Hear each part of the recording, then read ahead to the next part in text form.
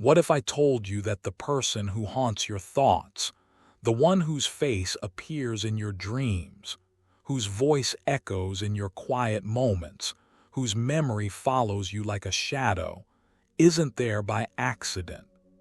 What if this mental visitor who refuses to leave, this presence that sometimes feels like a splinter in your mind, was actually carrying a message meant specifically for you?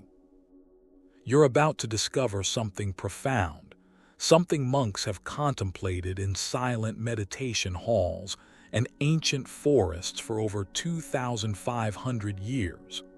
This isn't just advice about how to stop thinking about someone. These are the wisdom codes of the human heart passed down from the Buddha himself. A man who understood that our most persistent thoughts are not our enemies, but our greatest music, teachers. This guide isn't here to offer empty comfort or quick-fix techniques that fade by morning.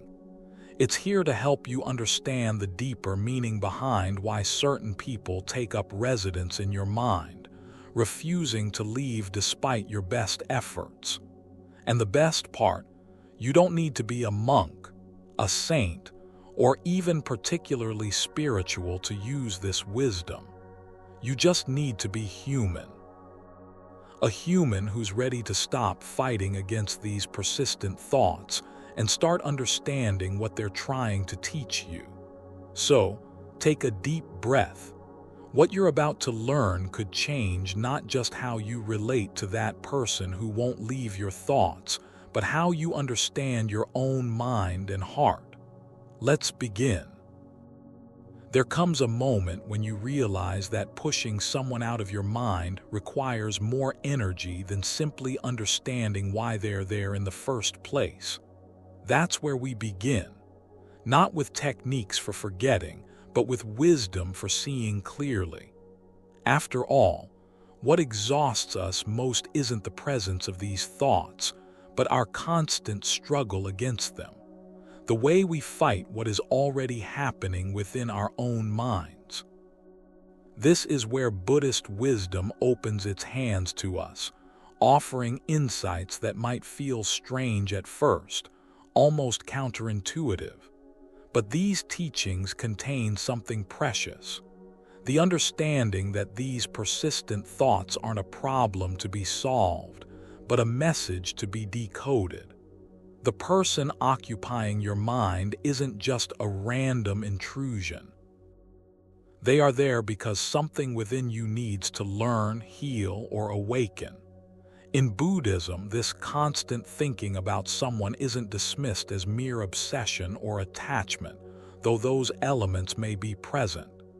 Instead, it's seen as a signal from your deeper mind, pointing toward unfinished business within your own heart. When someone takes up residence in your thoughts, it's as if your mind is saying, "Pay attention. There's something here you need to see." The first insight Buddhism offers is that our minds naturally fixate on unresolved experiences. Like a tongue returning to a chipped tooth, your attention keeps going back to this person because something remains incomplete. This isn't a flaw in your mental functioning. It's your mind's natural wisdom trying to heal itself. Your persistent thoughts are not the problem. They are your mind's attempt at solution. This understanding alone can bring relief. The fact that you can't stop thinking about someone doesn't mean you're weak or obsessed. It means your mind is doing exactly what minds do, trying to process, integrate, and find resolution. The question isn't how to stop these thoughts, but what they're trying to show you. Buddhist wisdom teaches that there are 7 distinct reasons why someone might refuse to leave your thoughts. Each represents a different facet of your relationship with yourself, with reality, and with the nature of mind itself. Understanding which of these reasons applies to your situation doesn't make the thoughts instantly vanish, but it transforms your relationship with them. Instead of unwanted intruders, they become messengers. And once you receive the messenger often naturally departs. The first reason someone won't leave your mind is attachment disguised as love. This is perhaps the most common and most misunderstood pattern in our culture. We often confuse intense emotional fixation with love. We believe that constantly thinking about someone proves the depth of our feelings for them. But Buddhist wisdom draws a crucial distinction. True love brings spaciousness while attachment creates constriction. When attachment masquerades as love, your thoughts about the person aren't free and appreciative. They're clingy and desperate. You don't simply remember them with warmth. You mentally grasp at them, rehearsing past interactions or imagining future scenarios. Your thoughts carry an underlying current of need, the need for their approval, presence, or reciprocation. This need creates a mental loop that keeps them firmly anchored in your awareness. The Buddha described attachment as the primary cause of suffering.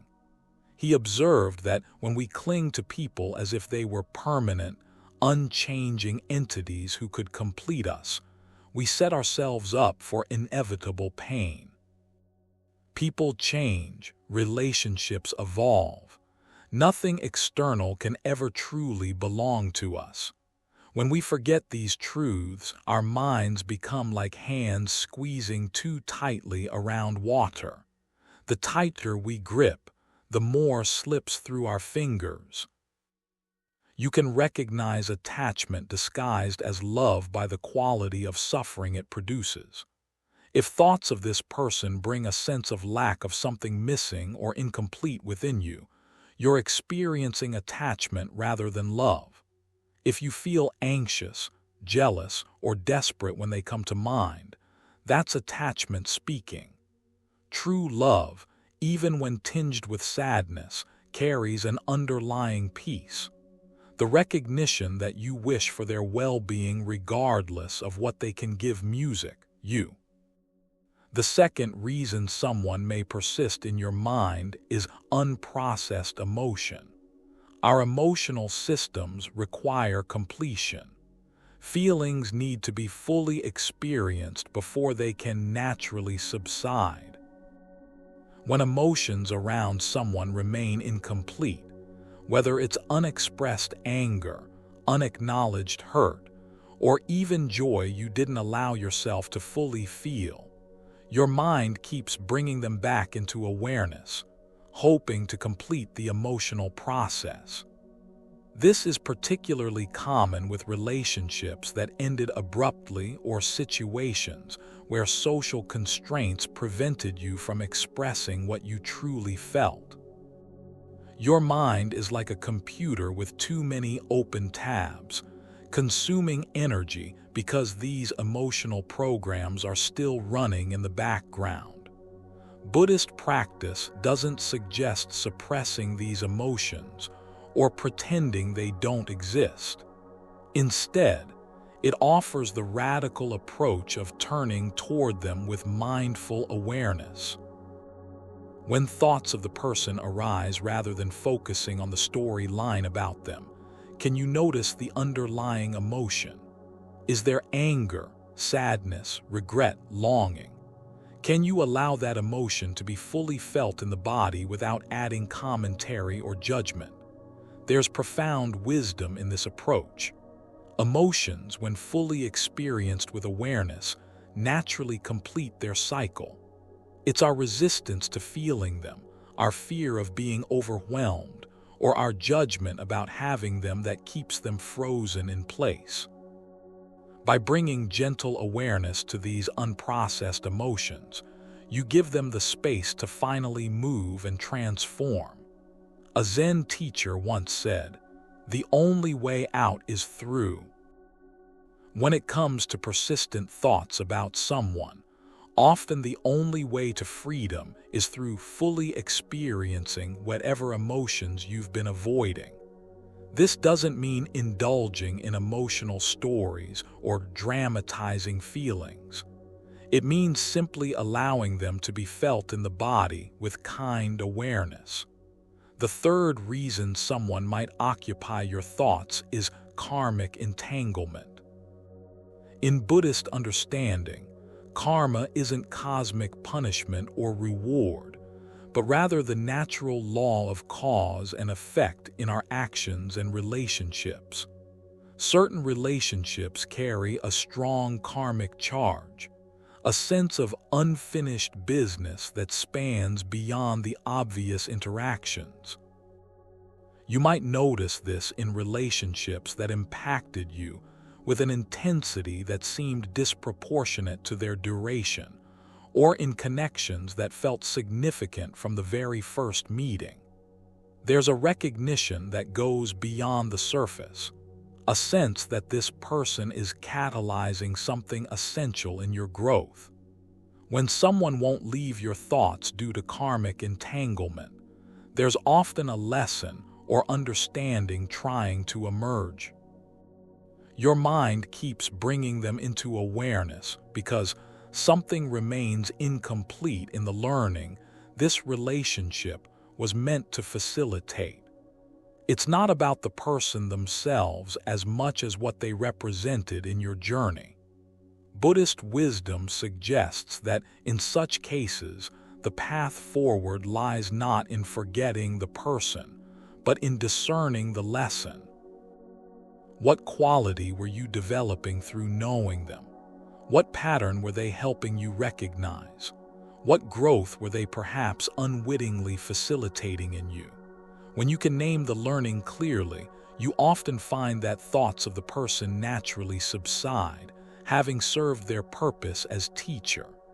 There's a story of a woman who couldn't stop thinking about a former friend who had betrayed her trust. For years, thoughts of this friend would arise, bringing waves of hurt and anger.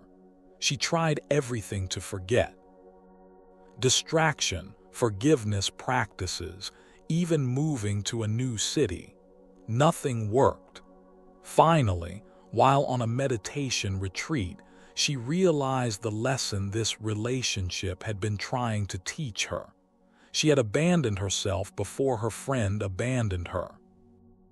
She had ignored her own intuition, dismissed her own needs, and compromised her boundaries.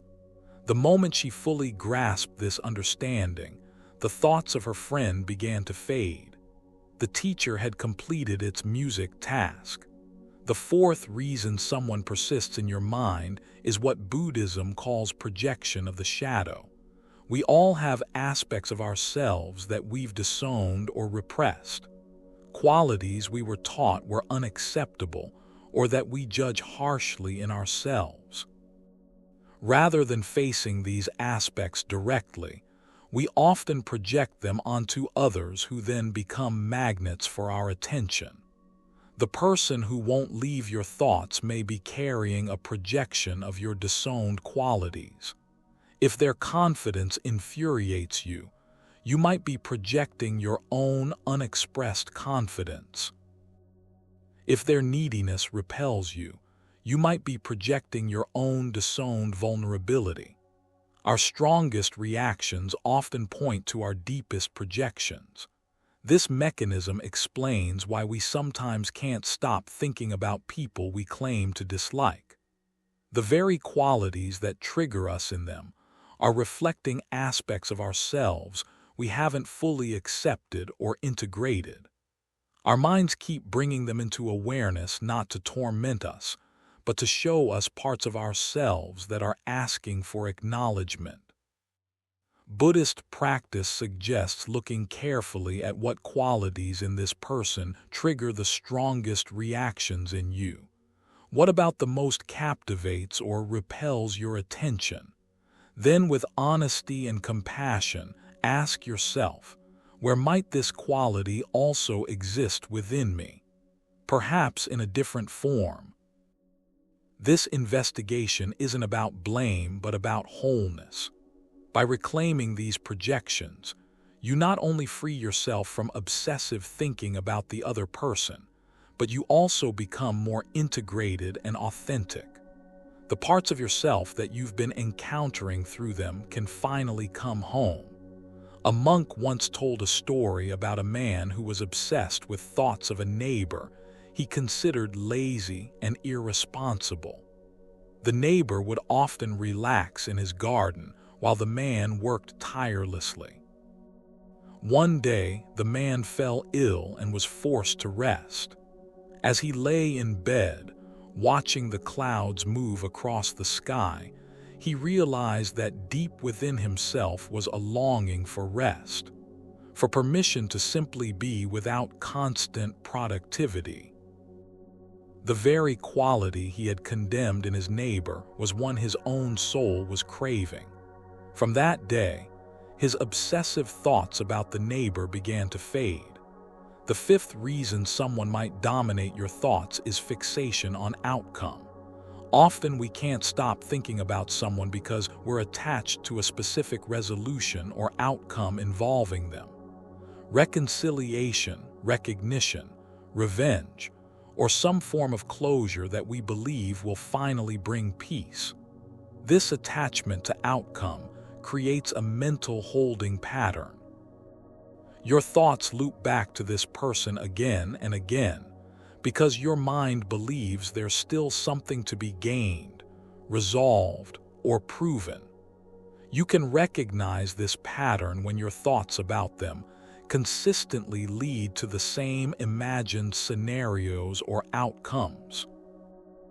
Buddhist wisdom on this is both simple and radical. True peace comes from accepting what is, not from achieving a particular outcome. As long as you believe your well-being depends on something specific happening with this person, them apologizing, recognizing your worth, regretting their choices, or returning to you, your mind will remain fixated on them. The practice here involves a profound shift from attachment to outcome to acceptance of reality as it is now. This doesn't mean you approve of what happened or that you wouldn't prefer a different situation. It simply means you stop postponing your peace until some external condition is met. There's a Zen story about a monk who carried a woman across a muddy road, breaking his vow not to touch women. His companion monk said nothing at the time, but hours later remarked, "How could you break your vow and carry that woman?" The first monk replied, "I put her down on the other side of the road. Are you still carrying her?" In the same way, many of us continue carrying people in our minds long after the actual interaction has ended, weighed down by our attachment to how we believe things should have been. The sixth reason for persistent thoughts is spiritual magnetism.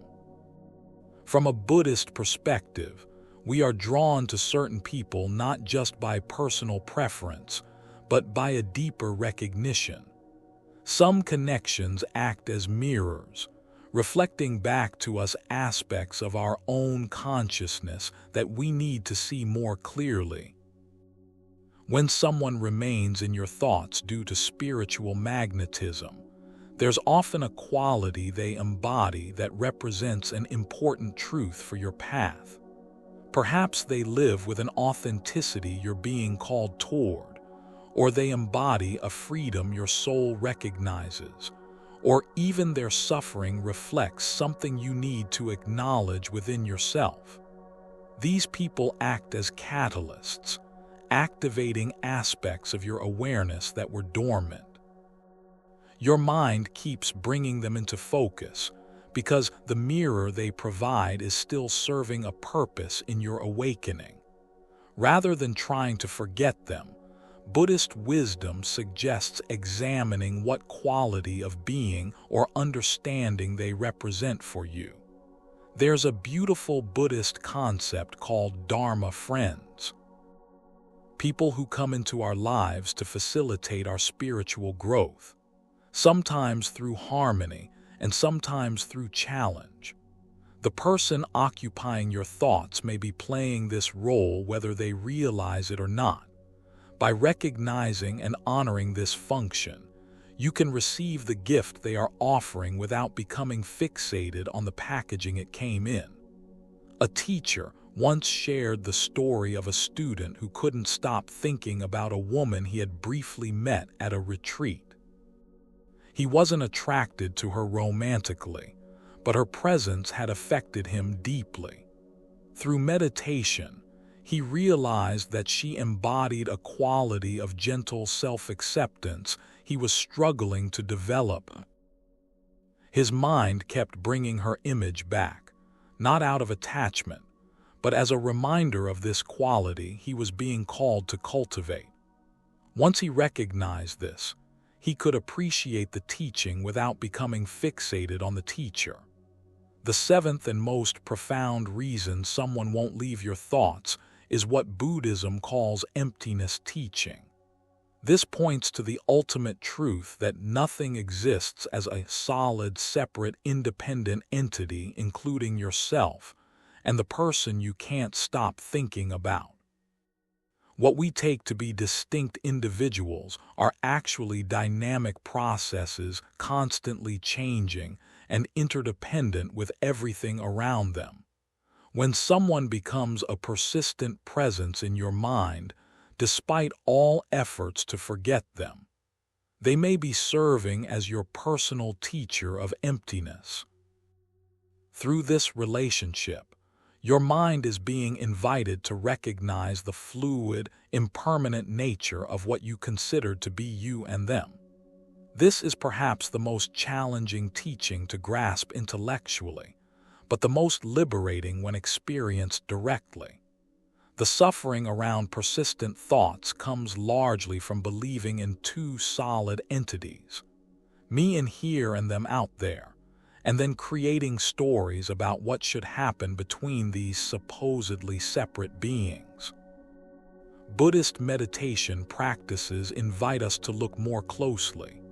When you examine the thoughts themselves, you discover they're not solid things, but momentary appearances in awareness, rising, changing, and passing like waves on water. The you who's thinking isn't a fixed entity either, but a flowing process of sensations, perceptions, and consciousness. Even the person you're thinking about isn't the static character your mind has constructed, but a complex, ever-changing being. As this understanding deepens, the sense of being a separate self, haunted by thoughts of another separate self, naturally begins to dissolve.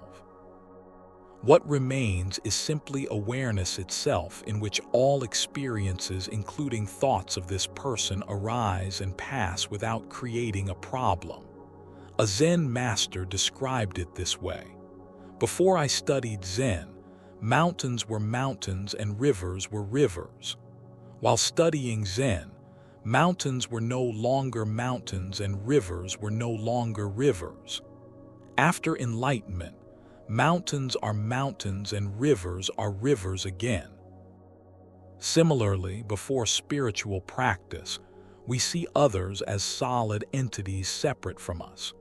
During practice, we begin to recognize the fluid, interconnected nature of all things, and in awakening, we relate to people naturally again, but without the illusion of solid separation that creates suffering.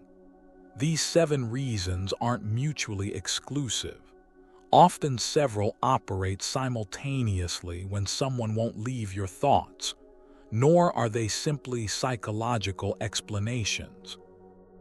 They point toward the deeper nature of mind itself and our fundamental relationship with reality. Understanding them doesn't make persistent thoughts instantly vanish, but it transforms your relationship with those thoughts from struggle to insight. So what does Buddhism suggest we do practically when someone refuses to leave our thoughts? First and foremost, stop fighting. The more you resist these thoughts, label them as problems, or criticize yourself for having them, the more persistent they become. Instead, Buddhist practice suggests a radical shift in approach from rejection to curious investigation. When thoughts of this person arise, rather than pushing them away, can you welcome them as messengers? Can you ask gently, "What are you here to show me? What remains unresolved? What am I being invited to understand or heal?" This shift from resistance to receptivity often changes the entire dynamic of your relationship with these thoughts. The next step involves bringing mindful awareness to the physical and emotional experience that accompanies thoughts of this person rather than getting caught in the storyline about them. Can you notice sensations in your body? Is there tightness in your chest, fluttering in your stomach, heat in your face? Can you feel the emotional tone? Longing, anger, regret, confusion. Simply bringing awareness to these physical and emotional dimensions often allows them to begin shifting naturally. Buddhist meditation offers specific practices for working with persistent thoughts. One approach is called labeling or noting. When the thought arises, you simply note thinking and return to your breath or body sensations. You don't fight the thought or follow its storyline. You just acknowledge its presence and gently redirect your attention. This doesn't make the thought disappear immediately, but it changes your relationship with it. You're no longer caught in its grip. Another practice involves intentionally wishing the person well regardless of your history or feelings toward them. This is called metta, or loving kindness meditation. When thoughts of them arise, you silently offer phrases such as "May you be happy," "May you be healthy," "May you be safe," "May you live with ease." This practice doesn't deny any hurt or anger you feel. Rather, it acknowledges that beneath those feelings is the basic human wish for all beings to be free from suffering. This may seem counterintuitive. Why wish well to someone you're trying to forget? But the wisdom here is profound. Often what keeps us fixated on someone is not love, but subtle forms of aversion, resentment, judgment, or the need for their validation. By deliberately cultivating goodwill, you release these forms of aversion that have been binding you to them. It's like putting down a heavy weight you didn't realize you were carrying.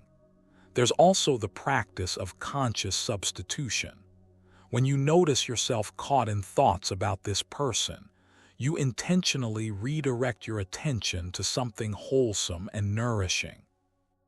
Perhaps gratitude for the good in your life, appreciation for those who support you, or immersion in an activity that brings you fully into the present moment. This isn't suppression or denial, but a skillful redirection of your mental energy. Buddhist wisdom also emphasizes the importance of patience and self-compassion in this process. Persistent thoughts don't disappear overnight, especially if they're connected to deep patterns or significant relationships. Rather than expecting immediate results, can you approach this process with the patience you would show to a dear friend or a small child? Can you acknowledge that healing moves at its own pace and cannot be forced through willpower alone? There's a beautiful metaphor in Buddhism about the nature of mind. The mind is compared to the sky and all thoughts. Emotions and sensations are like weather passing through it. Sometimes there are storm clouds of anger, sometimes the rain of sadness, sometimes the sunshine of joy, but the sky itself, vast, open, and luminous, remains unchanged by the weather moving through it. In the same way, the person who won't leave your thoughts is like a particular weather pattern that keeps recurring. But this weather doesn't define or diminish the sky of your awareness. No matter how persistent these thoughts may be, the open space of your consciousness remains untouched by them. As you practice seeing thoughts of this person as temporary, whether rather than defining features of your mind, something begins to shift. You realize that you are not your thoughts about them. You are the awareness in which those thoughts appear and disappear. This recognition creates a profound sense of freedom, not because the thoughts have vanished, but because they no longer define or control you. There's a Zen story that beautifully illustrates this. A student complained to his teacher, "Master, I cannot stop thinking about a woman I saw in the village." The teacher replied, "That's strange. She's not thinking about you at all." This simple response highlights how our persistent thoughts often have more to do with our own mind's attachments than with the actual person we're thinking about. They exist primarily in our consciousness, not in external reality. Buddhist practice doesn't promise to eliminate all pain. Not even the Buddha claimed that. What it offers is freedom from the added layer of suffering that comes from fighting reality as it is. When you stop struggling against thoughts of this person and instead bring curious awareness to them, you may still experience the pain of loss or longing, but you'll be free from the additional suffering of resistance.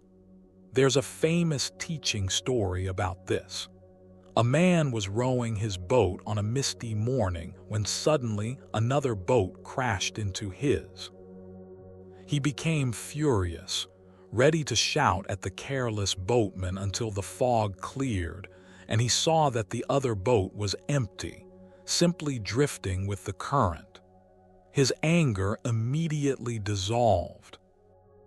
In the same way, when we see that our persistent thoughts are not personal attacks or problems to solve, but simply movements of mind, empty boats drifting on the river of consciousness, our struggle against them naturally subsides.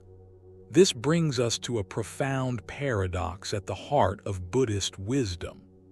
Often the fastest way to stop thinking about someone is to stop trying to stop thinking about them. When you fully allow these thoughts to be present without resistance, without judgment, and without the added storyline of what they mean about you, they gradually lose their grip on your attention. This understanding of allowing thoughts to be present without struggle connects to one of Buddhism's most profound teachings on the nature of mind, what the Buddha called the middle way. Not indulging in thoughts by following their storylines and becoming lost in them, but also not suppressing or fighting against them.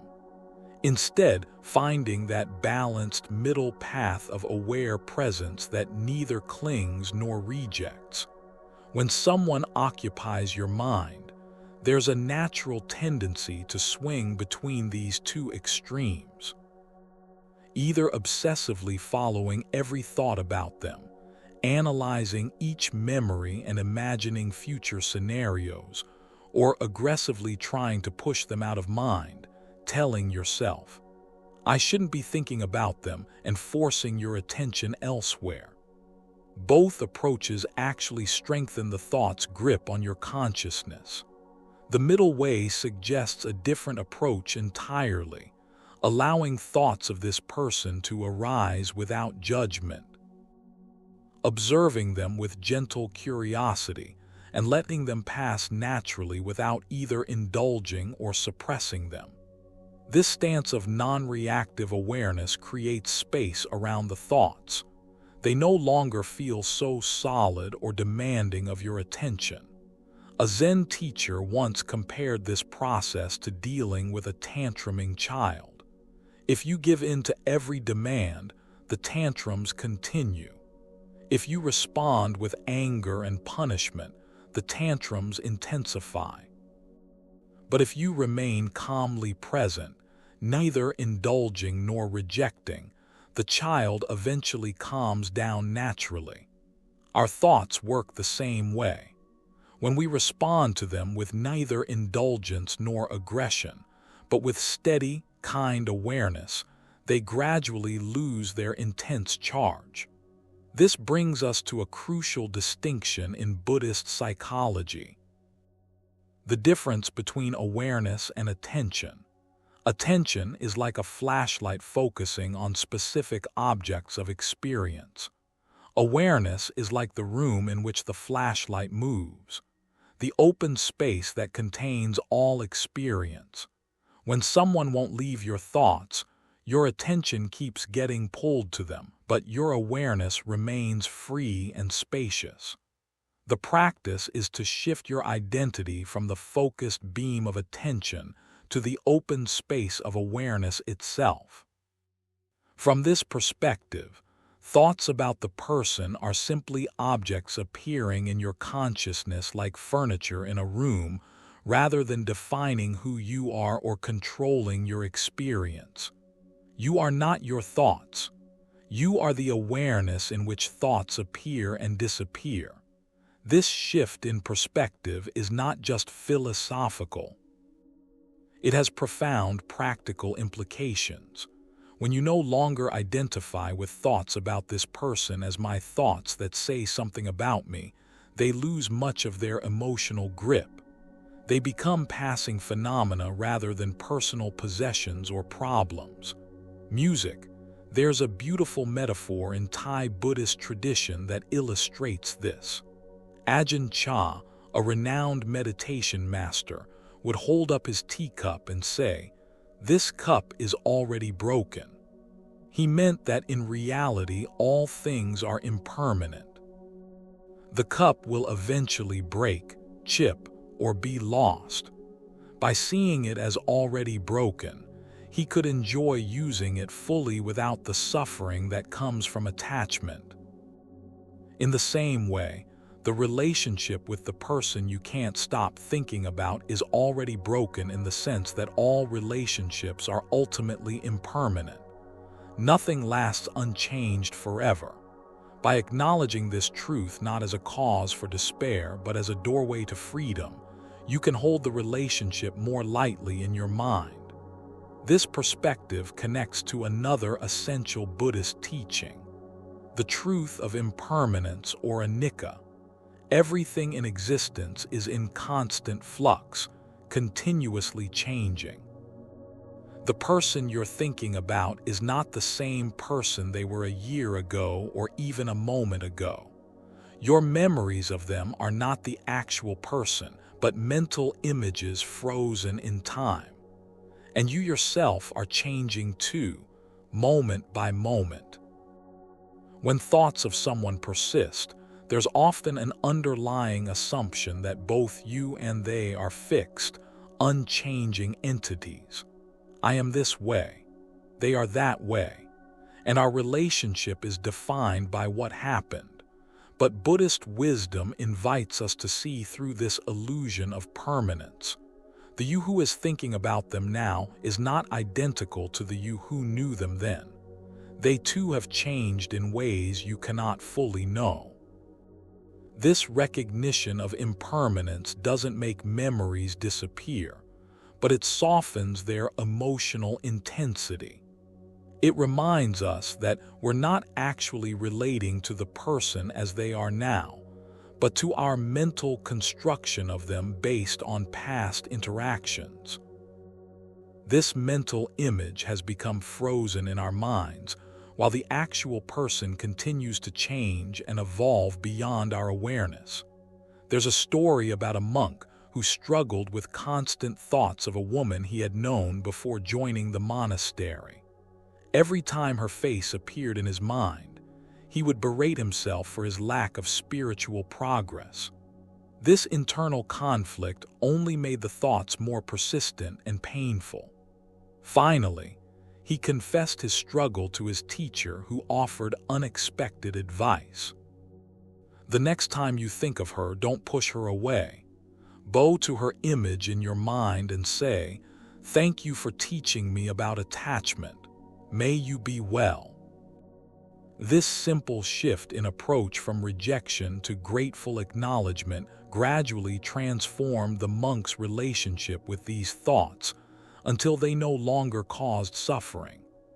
This practice of meeting difficult thoughts with gratitude rather than resistance connects to the Buddhist understanding of dukkha, often translated as suffering, but perhaps more accurately understood as unsatisfactoriness or stress. The Buddha taught that dukkha arises not from difficult experiences themselves, but from our relationship to those experiences, specifically from craving for things to be different than they are. When someone won't leave your thoughts, the suffering comes not primarily from the thoughts themselves, but from your resistance to them. The wish that they weren't happening. The story that something is wrong with you for having them. The craving for a mind free from their presence. But what if nothing needs to be fixed? What if these persistent thoughts are not obstacles to your well-being, but doorways to deeper understanding? This doesn't mean indulging in obsessive thinking or glorifying painful fixations. It means recognizing that the path through difficult mental states is rarely the one that fights against their existence.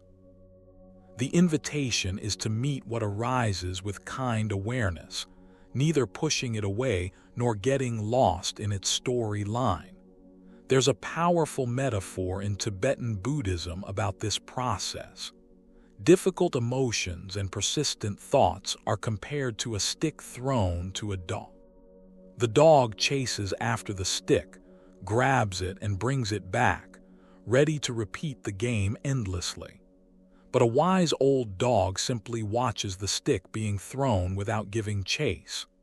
In the same way, we can learn to observe thoughts about someone arising without immediately chasing after them, engaging with them, or trying to fetch them back to consciousness. The Buddha offered specific practices for working with what he called the hindrances, mental states that obscure clear seeing.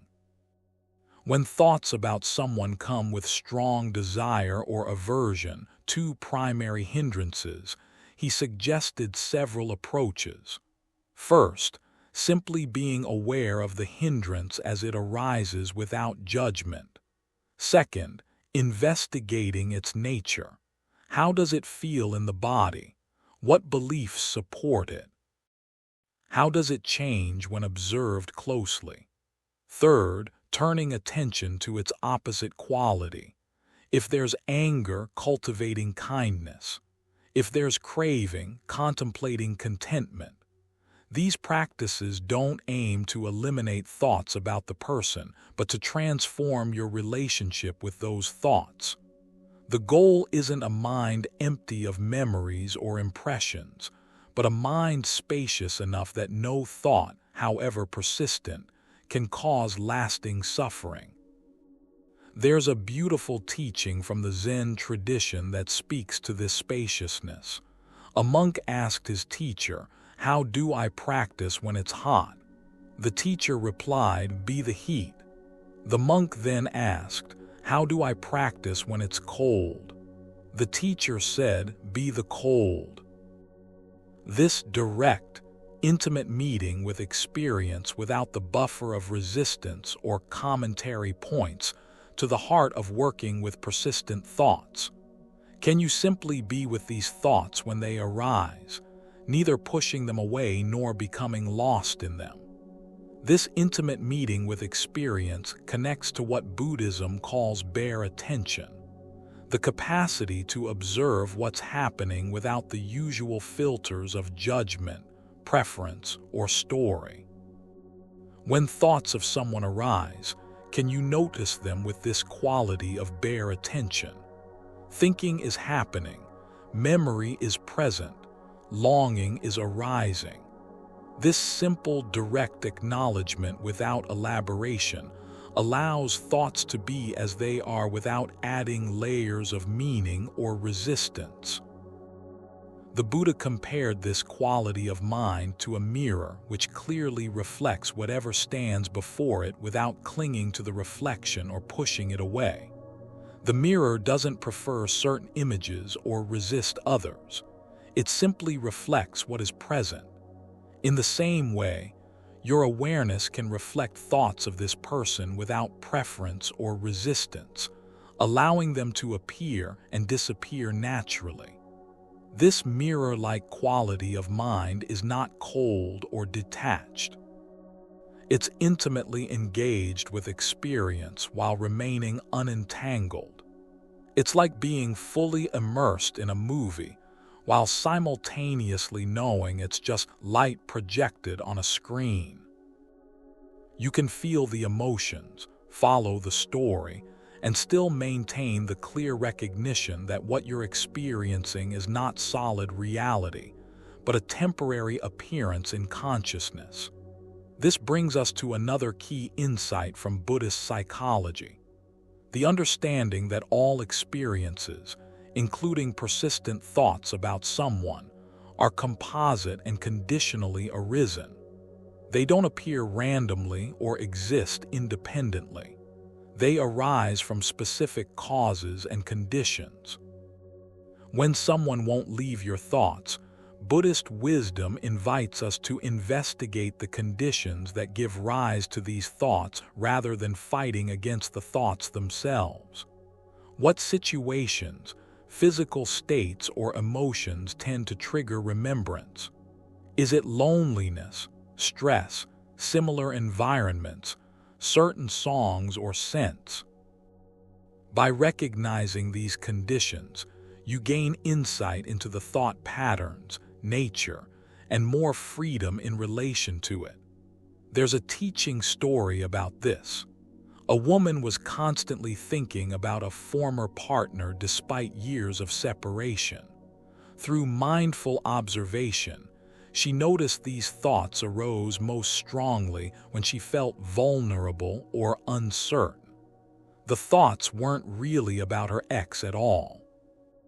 They were her mind's conditioned response to vulnerability, a habitual pattern of seeking comfort in the familiar, even if that familiar was ultimately painful. Once she recognized this pattern, she could address the underlying vulnerability directly rather than getting caught in thoughts about her ex.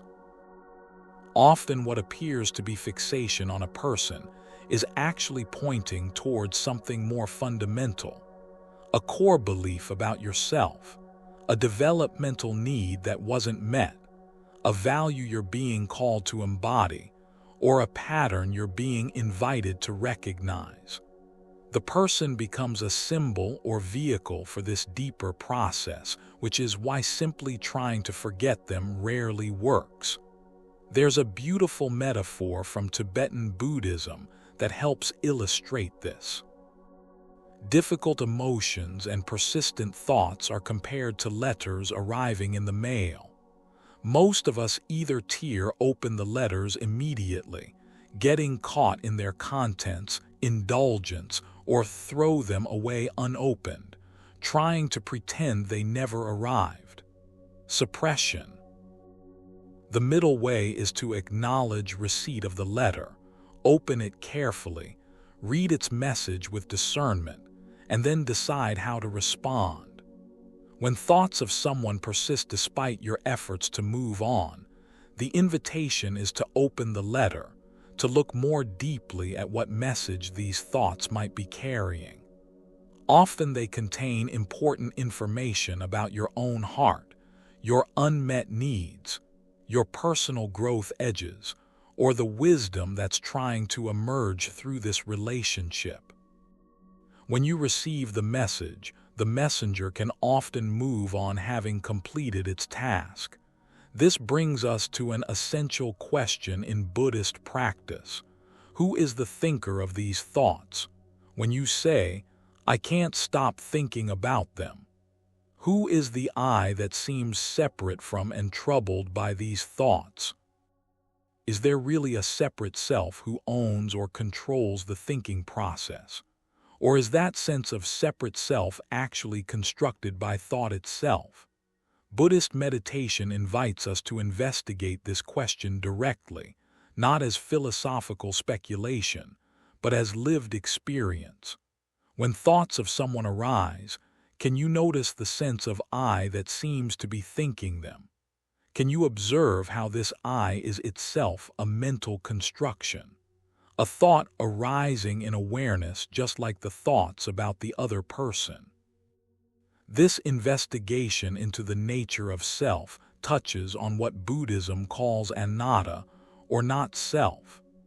The understanding that what we take to be a solid, continuous, independent self is actually a process, a flow of changing experiences without a fixed center or controller. The sense of being a separate self thinking about another separate self is an appearance in consciousness, not ultimate reality. As this understanding deepens, there's a natural relaxation of the grip of persistent thoughts. If there's no solid I being haunted by thoughts of a solid them, then the whole dynamic shifts. What remains is simply awareness in which thoughts arise and pass without creating a problem or defining an identity. A Zen master expressed this with elegant simplicity.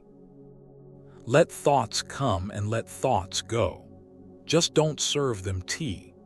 You don't need to eliminate thoughts about someone, nor do you need to entertain them with elaboration and story lines. You can simply let them come and go in the open space of awareness without making them into a problem or an identity. This perspective doesn't mean dissociating from your experience or pretending not to care. It's not about becoming cold or detached from your feelings. Rather, it's about recognizing the fluid, impermanent nature of all experience, including your thoughts and emotions about this person.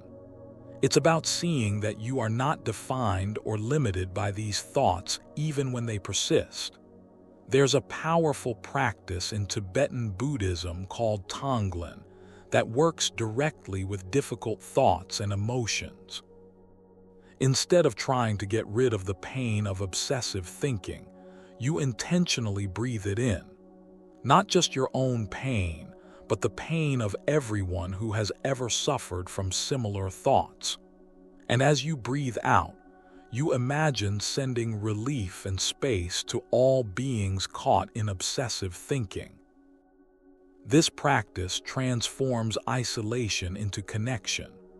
The pain of persistent thoughts about someone is not just your private burden. It's part of the universal human experience of attachment and loss. By connecting your personal suffering to this wider dimension, the thoughts lose some of their personal sting and become a gateway to compassion. Buddhism also offers practical guidance for working with persistent thoughts during formal meditation practice. When sitting in meditation, thoughts of this person will likely arise with even more prominence since the usual distractions are reduced. Rather than seeing this as a problem, you can use the structure of meditation to relate to these thoughts with greater awareness. One approach is to label thoughts as they arise. Thinking, remembering, planning, judging. This simple noting helps create a bit of space between yourself and the thought content, reducing identification with the storyline. You're not suppressing the thoughts or trying to make them go away. You're simply acknowledging their presence and returning to your meditation object, whether that's the breath, body sensations, or open awareness. Another approach involves using the breath as an anchor when thoughts become overwhelming. Feeling the physical sensations of breathing brings attention back to present moment experience, interrupting the tendency to get lost in mental stories about the past or future. The breath is always available as a refuge from obsessive thinking, a way to ground yourself in the reality of now rather than the mental constructions about then. There's also the practice of deliberately expanding awareness to include both the thoughts and the space around them. Rather than focusing narrowly on either suppressing or analyzing the thoughts, you open your awareness to hold them within a larger field of consciousness. Like stepping back to see not just the single tree that's captured your attention, but the entire forest. This wider perspective helps release the fixation on particular thought content. A meditation teacher once offered this guidance: don't push the river and don't dam it up. Just sit on the bank and watch it flow. In the same way, you can learn to observe the flow of thoughts about this person without either pushing them away or damming them up with resistance. This watching itself gradually transforms the relationship with thinking. This transformation doesn't happen overnight, especially with deeply conditioned thought patterns or significant relationships. Buddhist practice emphasizes patience and persistence, qualities that become themselves objects of cultivation. Each time you notice yourself caught in thoughts and gently return to awareness, you're strengthening neural pathways of presence that gradually become more accessible than the old pathways of obsession. Think of it like creating a new trail through a dense forest. At first, the old path of obsessive thinking is wide and well-worn, easy to fall into without realizing it. The new path of aware presence is barely visible, requiring conscious effort to follow. But with consistent practice, each time you choose the new path, it becomes a little clearer, a little more established. Eventually, it may become the default route, the way your mind naturally moves when thoughts of this person arise. This process embodies what Buddhism calls bhavana, or cultivation. The gradual development of beneficial qualities and habits of mind through intentional practice. Rather than expecting instant results or beating yourself up when old patterns reemerge, you recognize that transformation is a gradual process of cultivation, like growing a garden from seeds. Music, there's a beautiful teaching story about this gradual nature of practice. A young monk complained to his teacher that despite years of meditation, disturbing thoughts still arose in his mind. The teacher took him to a stream and asked him to stir up the muddy bottom with a stick. The water became cloudy and opaque. Then the teacher said, "Now stop stirring and watch." Gradually, the mud settled and the water became clear again. Your mind is like this water, the teacher explained. When you stop stirring it up with constant engagement with thoughts, the natural clarity of awareness reveals itself. This natural clarity is always present even when thoughts seem most persistent and troubling. The practice is not to create clarity where there was none, but to allow the mud of obsessive thinking to settle so that the inherent clarity of awareness can shine through. Here's another aspect of Buddhist wisdom that's particularly relevant to persistent thoughts about someone: the understanding of dependent origination or interdependence. No person exists as a separate, independent entity. Each of us is a node in a vast web of relationships, conditions, and causes. The person you're thinking about was shaped by countless influences: their parents, culture, experiences, genetics, as were you. When we see others and ourselves through this lens of interdependence, there's a natural softening of rigid judgments and fixed identities. The person who hurt you was themselves conditioned by factors beyond their control. The qualities that attracted you to someone were not solely theirs, but arose from the interaction of many conditions. And your own persistent thoughts are similarly conditioned, not personal failings, but natural movements of a mind shaped by past experiences. This perspective doesn't eliminate responsibility, but it places it within a wider context of understanding. It allows you to hold both yourself and the other person with greater compassion, recognizing that we're all caught in these webs of conditioning, doing our best with the consciousness available to us at any given moment. A Buddhist teacher expressed this beautifully. If you want to understand why you keep thinking about someone, look deeply into the nature of your own mind. If you want to understand your own mind, look deeply into everything that has shaped it. And if you want to understand what has shaped your mind, look deeply into the entire universe. For there is nothing that is not connected to your experience. This vast perspective can be liberating when caught in seemingly personal obsessions. The thoughts that feel so intimate and defining are actually movements in a much larger field connected to countless conditions beyond what we typically consider personal. Seeing this doesn't make the thoughts disappear, but it helps us hold them more lightly with less identification and suffering. Another important Buddhist teaching for working with persistent thoughts is the distinction between pain and suffering. Pain is the inevitable experience of loss, difficulty, and change that comes with being human. Suffering is what we add to pain through resistance, judgment, and fixation. When someone won't leave your thoughts, the fact of remembering them might be unavoidable pain. But the struggle against these memories, the stories you tell about what they mean, and the identification with them as problems, that's suffering. Buddhist practice doesn't promise to eliminate all pain. Not even the Buddha claimed that. What it offers is freedom from the added layer of suffering that comes from fighting reality as it is. When you stop struggling against thoughts of this person and instead bring curious awareness to them, you may still experience the pain of loss or longing, but you'll be free from the additional suffering of resistance. There's a famous teaching story about this.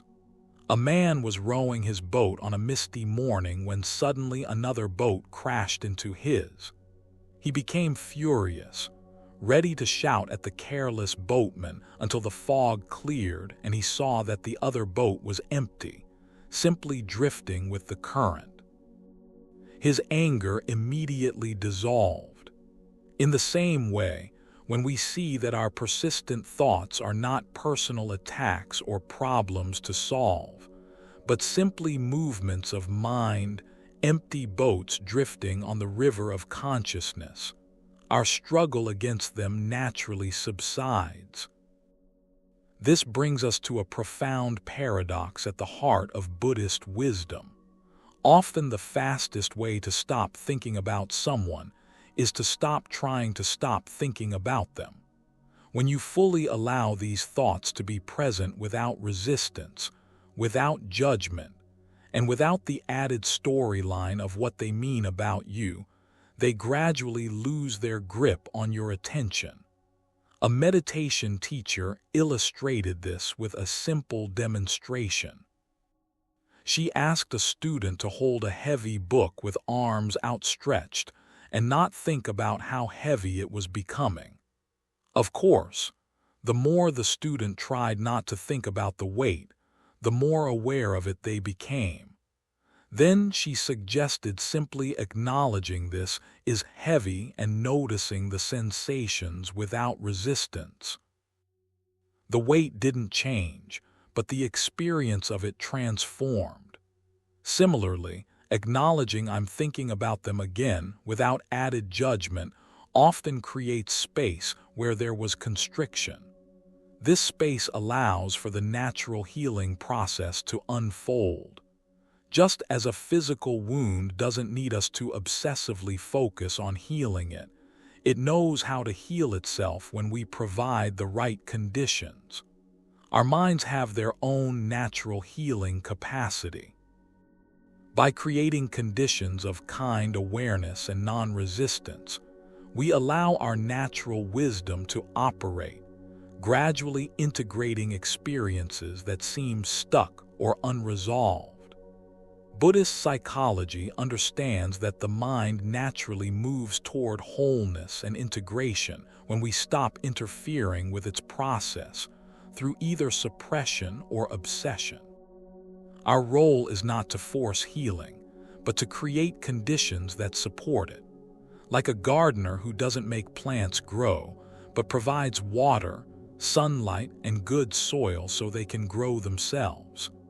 This trust in the mind's natural healing capacity connects to what Buddhism calls bodhicitta, the awakened heart that is our true nature beneath layers of conditioning and reactivity. This awakened heart is already whole, already wise, already free. Our persistent thoughts and emotional fixations are not evidence of brokenness, but of the mind's ongoing effort to return to this natural wholeness.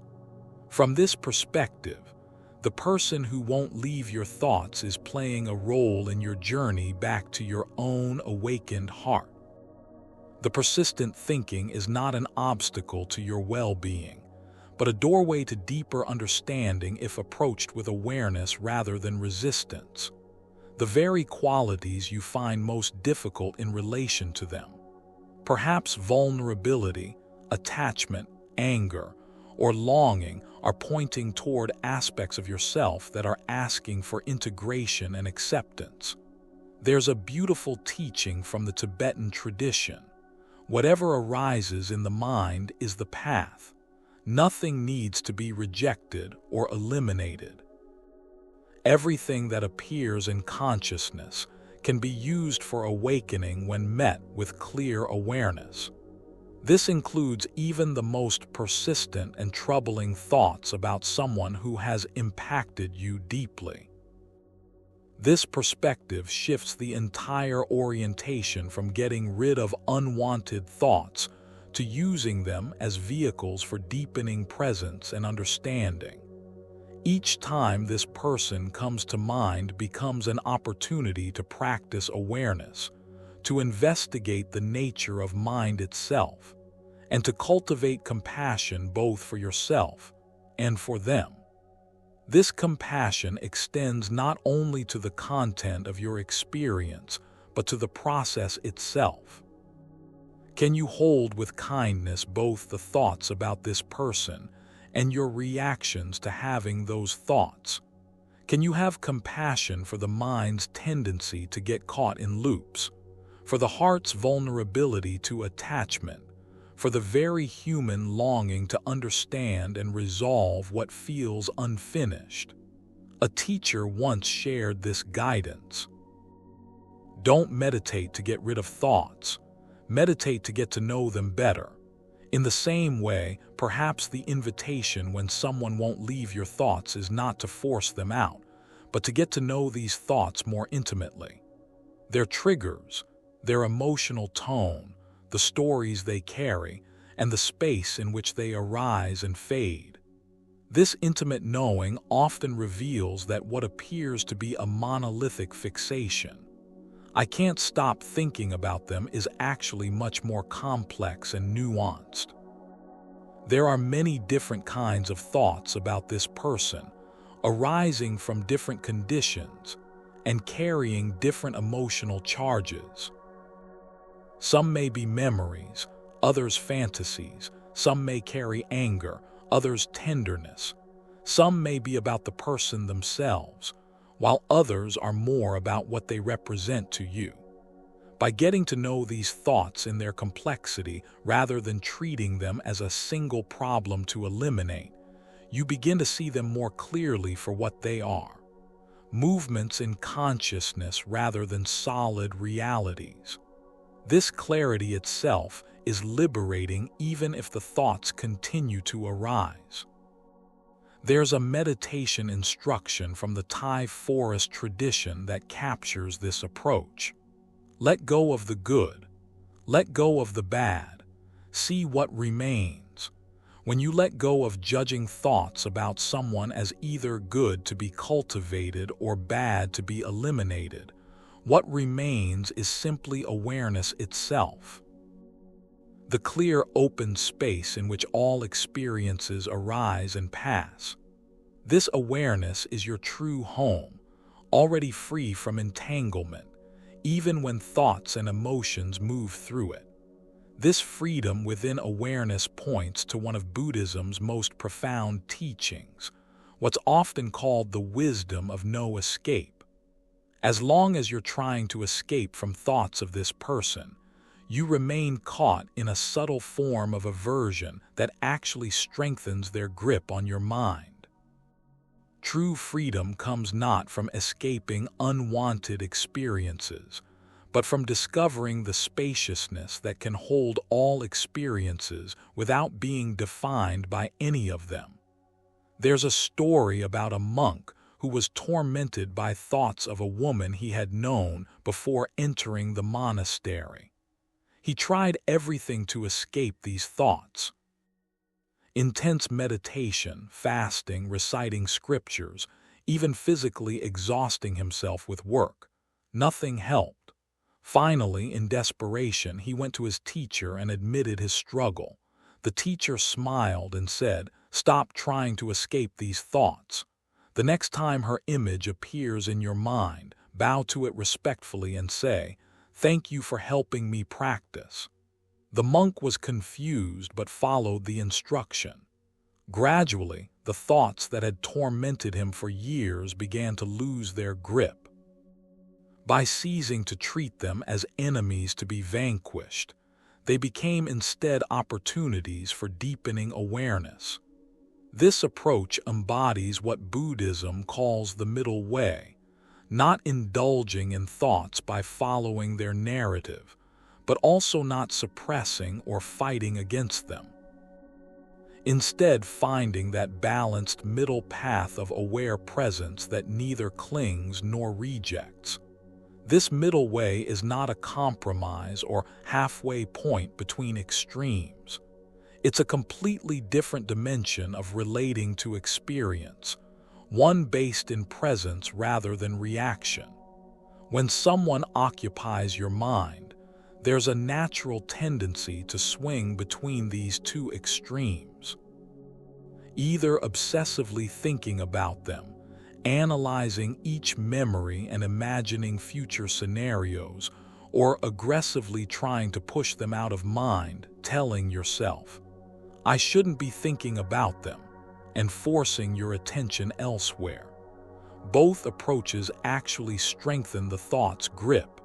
The middle way suggests something else entirely. Allowing thoughts of this person to arise without judgment, observing them with gentle curiosity, and letting them pass naturally without either indulging or suppressing them.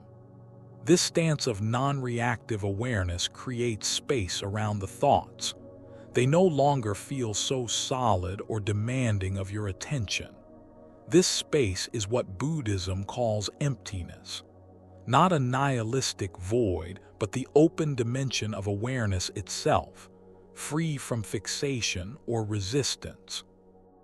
When you recognize the empty nature of both your thoughts about someone and the self who seems to be thinking them, there's a natural relaxation of the grip of obsession. Nothing solid is happening. There are simply patterns of energy moving through the open field of consciousness. A Zen teaching story illustrates this beautifully. A monk asked his teacher, "How do I enter the way of liberation?" The teacher replied, "Do you hear the sound of that stream?" The monk said, "Yes." The teacher said, "That is the entrance." In the same way, when thoughts of someone arise, the very noticing of these thoughts, the clear awareness that knows thinking is happening, is itself the doorway to freedom, not by eliminating the thoughts, but by recognizing the awareness in which they appear. This awareness is always present, even in the midst of the most persistent thinking.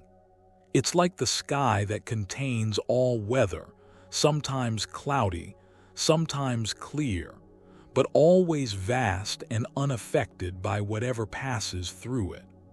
Your thoughts about this person are like weather patterns moving through the sky of your consciousness.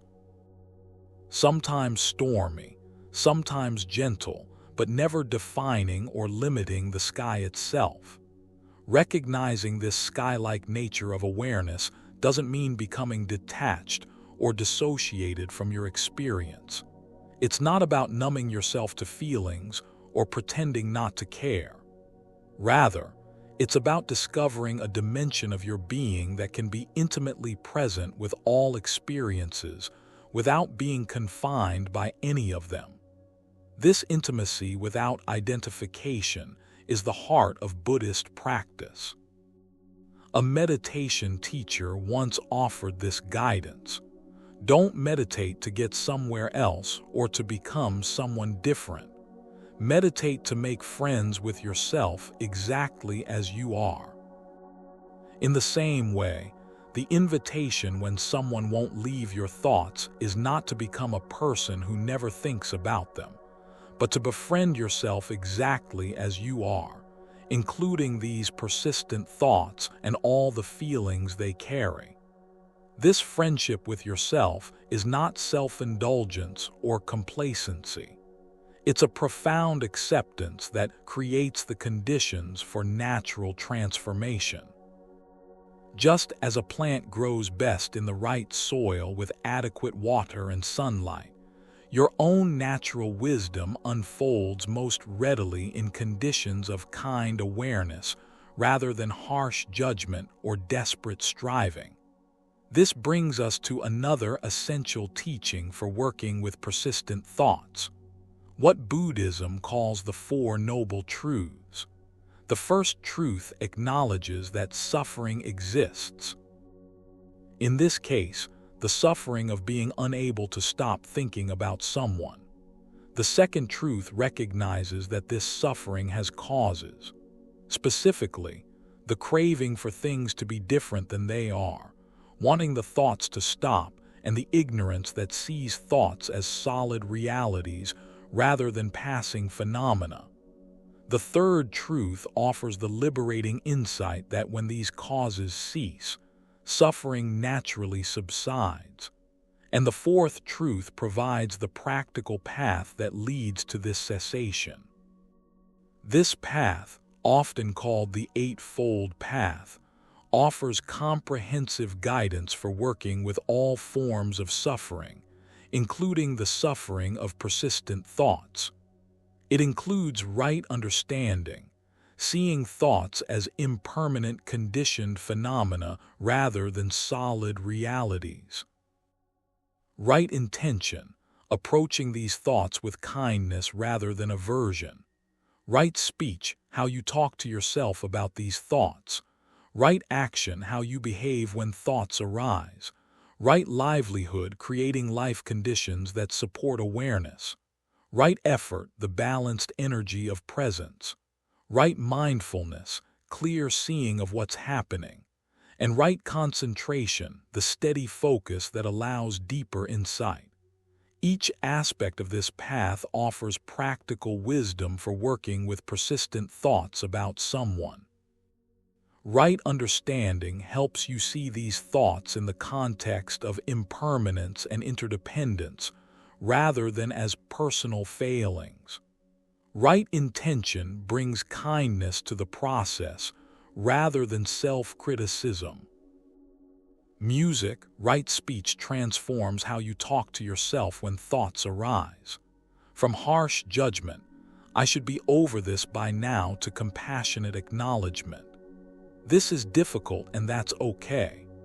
Right action might involve creating healthy boundaries around activities that trigger obsessive thinking, like limiting social media checking or creating new routines that don't revolve around memories of the person. Right livelihood extends this to broader life choices that support well-being and clarity. Right effort is the balanced energy that neither suppresses thoughts nor indulges them, the middle way we've been exploring. Right mindfulness is the heart of the practice, the clear, non-judgmental awareness of thoughts as they arise, persist, and pass away. And right concentration is the steady focus that allows you to stay present with this awareness, rather than getting lost in the content of thoughts. Together, these 8 aspects of the path offer a comprehensive approach to working with persistent thoughts, not as isolated techniques, but as different facets of a unified way of being. They remind us that freedom from obsessive thinking isn't achieved through force of will or clever strategies, but through a fundamental shift in how we relate to our own experience. This shift is beautifully captured in a teaching from the Zen tradition. The Great Way is not difficult for those who have no preferences.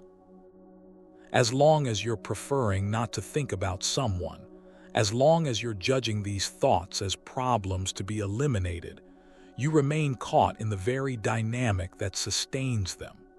When you drop preferences and meet each thought with the same clear awareness, regardless of its content, the great way of freedom naturally reveals itself.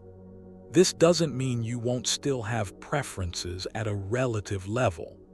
Of course, you'd rather not be consumed by thoughts of someone who causes you pain. But at a deeper level, you can learn to meet whatever arises with the same quality of presence, neither pushing away the unwanted nor grasping at the preferred. This equanimity is not indifference. It's the balanced presence that allows you to respond wisely to all experiences rather than react habitually. A meditation teacher described it this way: freedom is not found in the absence of challenging thoughts and emotions, but in their presence met with awareness. The person who won't leave your thoughts is not preventing your freedom. They're providing an opportunity to discover what true freedom really is. Not the absence of particular experiences, but the presence of awareness that can hold all experiences without being defined by any of them. This understanding transforms how you measure progress in working with persistent thoughts. Rather than counting how often the person comes to mind or how quickly you can banish thoughts of them, you notice how your relationship with these thoughts is changing. Are you less identified with them? Can you hold them with more spaciousness? Do they carry less emotional charge? Are you less caught in stories about what they mean about you? These subtle shifts in relationship are the true markers of growing freedom. There's a beautiful teaching story that illustrates this. A student complained to his meditation teacher, "I've been practicing for years, but I still have disturbing thoughts." The teacher took him to a busy road and asked, "Do you hear the traffic?" The student said, "Yes, of course." The teacher asked, "Is the traffic inside your head or outside?" The student replied, "Outside, obviously." The teacher smiled and said, "Exactly. And you can relate to your thoughts the same way. They're just traffic passing by. You don't need to eliminate the traffic. You just need to stop mistaking it for who you are." This shift in perspective from identifying with thoughts to recognizing them as traffic moving through awareness is at the heart of Buddhist practice. It doesn't make the traffic disappear, but it transforms your relationship with it.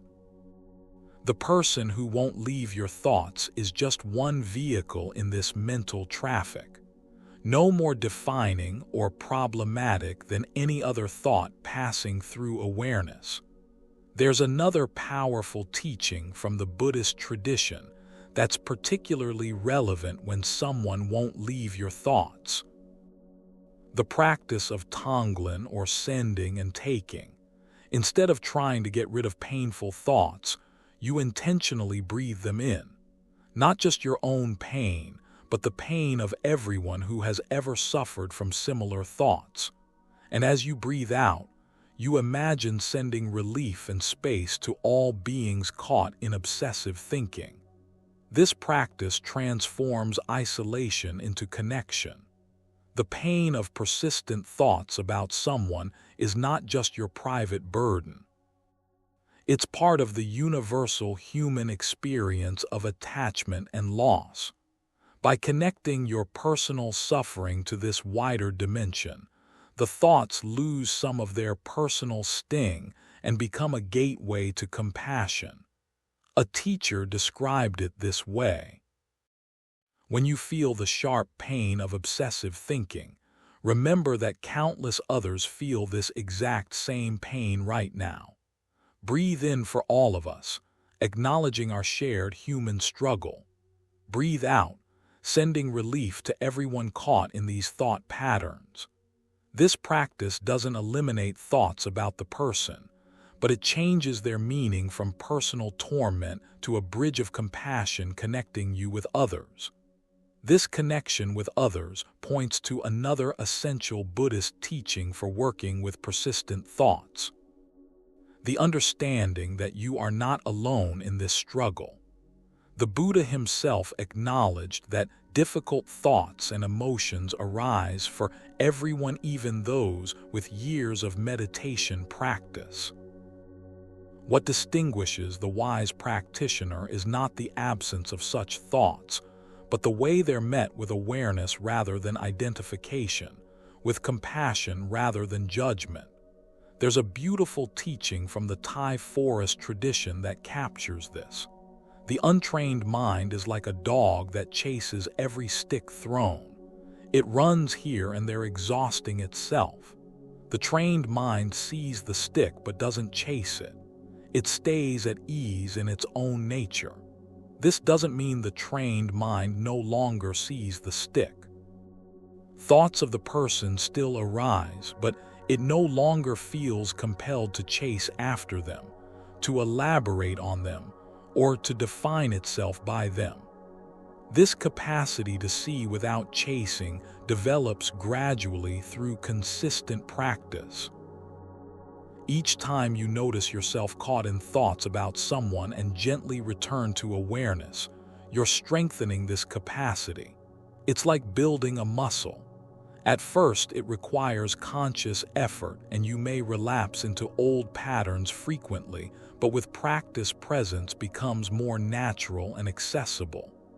A meditation teacher used this metaphor. Imagine you're learning to play the piano. At first, every note requires conscious attention, and you make many mistakes. But with practice, your fingers begin to know their way around the keyboard. You don't have to think about each note. Playing becomes more natural and flowing. Working with persistent thoughts is similar. At first, it takes conscious effort to notice when you're caught and to return to awareness. But with practice, this movement becomes more natural until presence itself becomes your default mode. This development of presence as a default mode doesn't happen overnight, especially with deeply conditioned thought patterns about significant relationships. Buddhist practice emphasizes patience and persistence, qualities that become themselves objects of cultivation. Each time you notice yourself caught in thoughts and gently return to awareness, You're strengthening neural pathways of presence that gradually become more accessible than the old pathways of obsession.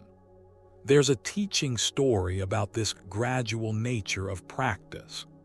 A monk was struggling with persistent thoughts and asked his teacher how long it would take before they stopped arising. The teacher asked, "How long have you been thinking these thoughts?" The monk replied, "For many years." The teacher nodded and said, "Then perhaps it will take many years for them to fade completely, but with practice, your relationship with them will change long before they disappear. They will arise, but they won't disturb your peace." This changing relationship with thoughts is the heart of the practice. The goal is not to never think about the person again, but to be free even when thoughts arise. To know yourself as the boundless awareness in which thoughts appear rather than as a separate, self-defined, and controlled by thinking. This freedom within thinking is what Buddhism calls liberation in the midst of conditions. Not a transcendent state beyond everyday experience, but the discovery of spaciousness right in the heart of your ordinary human life, including all its difficulties and attachments.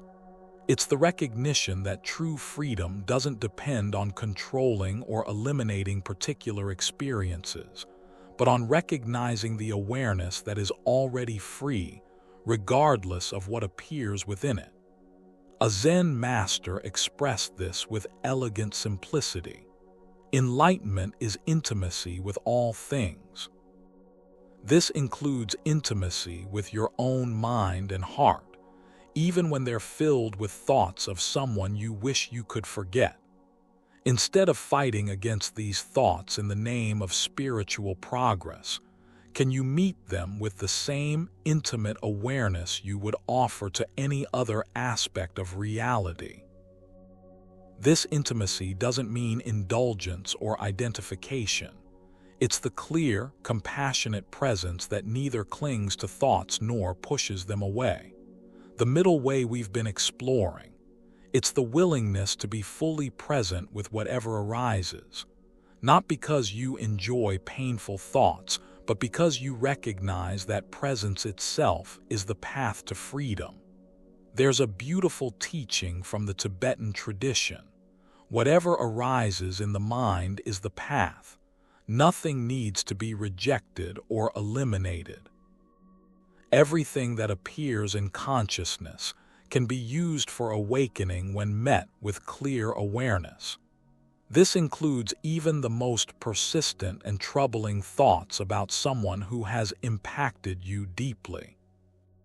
From this perspective, the person who won't leave your thoughts is not an obstacle to your well-being, but a doorway to deeper understanding if approached with awareness rather than resistance. The very qualities you find most difficult in relation to them, perhaps vulnerability, attachment, anger, or longing, are pointing toward aspects of yourself that are asking for integration and acceptance. This integration doesn't happen through analysis alone, though understanding can be helpful. It happens through direct experience, through feeling these difficult energies fully in the body, meeting them with compassionate awareness, and allowing them to move and transform naturally. This is what Buddhist practice calls embodied presence. Not just understanding difficult experiences intellectually, but meeting them with the whole body-mind. A meditation teacher described it this way. Don't try to think your way out of painful thinking. Feel your way through. When thoughts of this person arise, notice where you feel the impact in your body. Is there tightness in your chest and not in your stomach, heat in your face? Bring gentle attention to these physical sensations, allowing them to be exactly as they are. As you meet the bodily experience with kind awareness, you'll often find that both the sensations and the thoughts naturally shift and release. This embodied approach acknowledges that our thoughts about someone aren't just mental concepts. Their whole body experiences involving sensations, emotions, images, and energy. By meeting the full-bodied experience rather than just the mental storyline, you create conditions for natural integration and healing. This healing doesn't mean you'll never think of the person again. It means that when thoughts arise, they no longer carry the same charge or create the same suffering. They become simply one more appearance in the vast field of awareness, neither particularly problematic nor particularly significant. The person who once dominated your mental landscape becomes just one of many characters passing through the movie of consciousness. A Zen teacher expressed this with a simple but profound metaphor. Your mind is like the sky and thoughts are like clouds passing through it. Some clouds are dark and stormy, others light and wispy, but none of them define or alter the sky itself. In the same way, thoughts about this person may still arise, but they don't define or limit the vast awareness that you are. This recognition of your true nature as awareness itself, rather than as the content of awareness, is the heart of Buddhist practice. It's not a conceptual understanding, but a direct experience that becomes increasingly accessible through consistent practice. Each time you notice yourself caught in thoughts and return to awareness, you're remembering who you truly are beyond all mental constructions. This remembering is not about achieving some special state or becoming someone different. It's about recognizing what's already true, that you are not defined or limited by any thought, emotion, or experience, no matter how persistent or powerful it seems. The person who won't leave your thoughts has no power to confine the boundless awareness that is your true nature. A teacher once shared this guidance. Don't practice to get rid of thoughts or to become a different person. Practice to discover the freedom that's already here regardless of what thoughts are present. This freedom is not conditional on the absence of particular experiences. It's the inherent nature of awareness itself available in every moment, including those filled with thoughts of someone you wish you could forget. This unconditional freedom is what Buddhism points to as our birthright. Not something to be achieved through struggle or striving, but something to be recognized and remembered in the midst of our ordinary human lives with all their attachments, confusions, and complexities. The person who won't leave your thoughts is not preventing you from claiming this birthright. They're providing an opportunity to discover what true freedom really is. A meditation teacher expressed it this way. The thoughts you're trying to eliminate are the very doorway to the freedom you seek. Not because the thoughts themselves are freedom, but because the awareness that knows these thoughts is already free. Each time you notice I'm thinking about them again, you're simultaneously recognizing the awareness that is not bound by these thoughts. That recognition itself is the taste of freedom. This taste of freedom becomes increasingly familiar through practice, until you no longer measure your well-being by the presence or absence of particular thoughts, but by your capacity to rest in awareness, regardless of what thoughts arise. The person who once seemed to have such power over your mind becomes simply one more appearance in consciousness, neither particularly problematic nor particularly significant. This doesn't mean you become cold or indifferent to the relationship or its impact on you.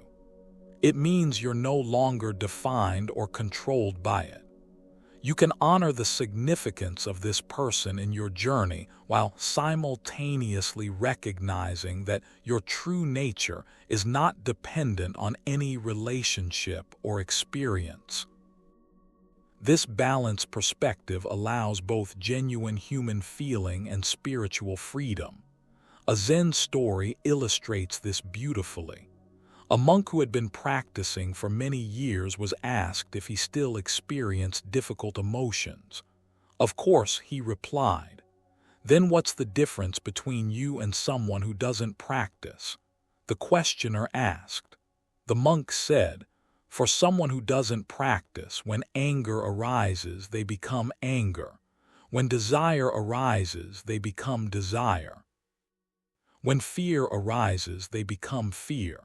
For me, when anger arises, I know this is anger arising. When desire arises, I know this is desire arising.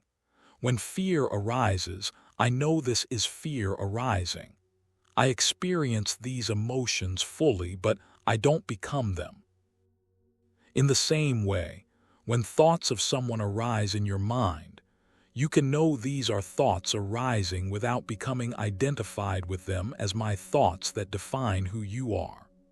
This simple but profound shift in perspective from being thoughts to knowing thoughts is the heart of Buddhist practice. This knowing is not intellectual analysis, but direct recognition. The clear awareness that registers thinking is happening without getting caught in the content of thought. This awareness is always present even in the midst of the most persistent thinking. It's like the screen on which all mental movies play. Always there regardless of whether the movie is a light-hearted comedy or an intense drama. Recognizing yourself as this awareness rather than as the content of awareness is what Buddhism calls taking refuge in Buddha nature, not as a religious belief, but as a direct experience of your true nature beyond all mental constructions. This refuge is always available regardless of what thoughts or emotions are moving through consciousness. A teacher described it this way. The next time thoughts of this person arise, instead of focusing on the thoughts themselves, notice the awareness that knows these thoughts are happening. Rest in that awareness, allowing thoughts to come and go without following or resisting them. This awareness is your true nature, already free regardless of what appears within it. This resting in awareness is not a technique to make unwanted thoughts disappear. It's a recognition of what's already true, that you are not defined or limited by any thought, emotion, or experience. No matter how persistent or powerful it seems, the person who won't leave your thoughts has no power to confine the boundless awareness that is your true nature. As this recognition deepens through practice, there's a natural relaxation of the struggle with persistent thoughts. They may still arise, but they no longer create the same suffering because you're no longer identified with them or fighting against them. They become simply one more appearance in the vast field of awareness, neither particularly problematic nor particularly significant.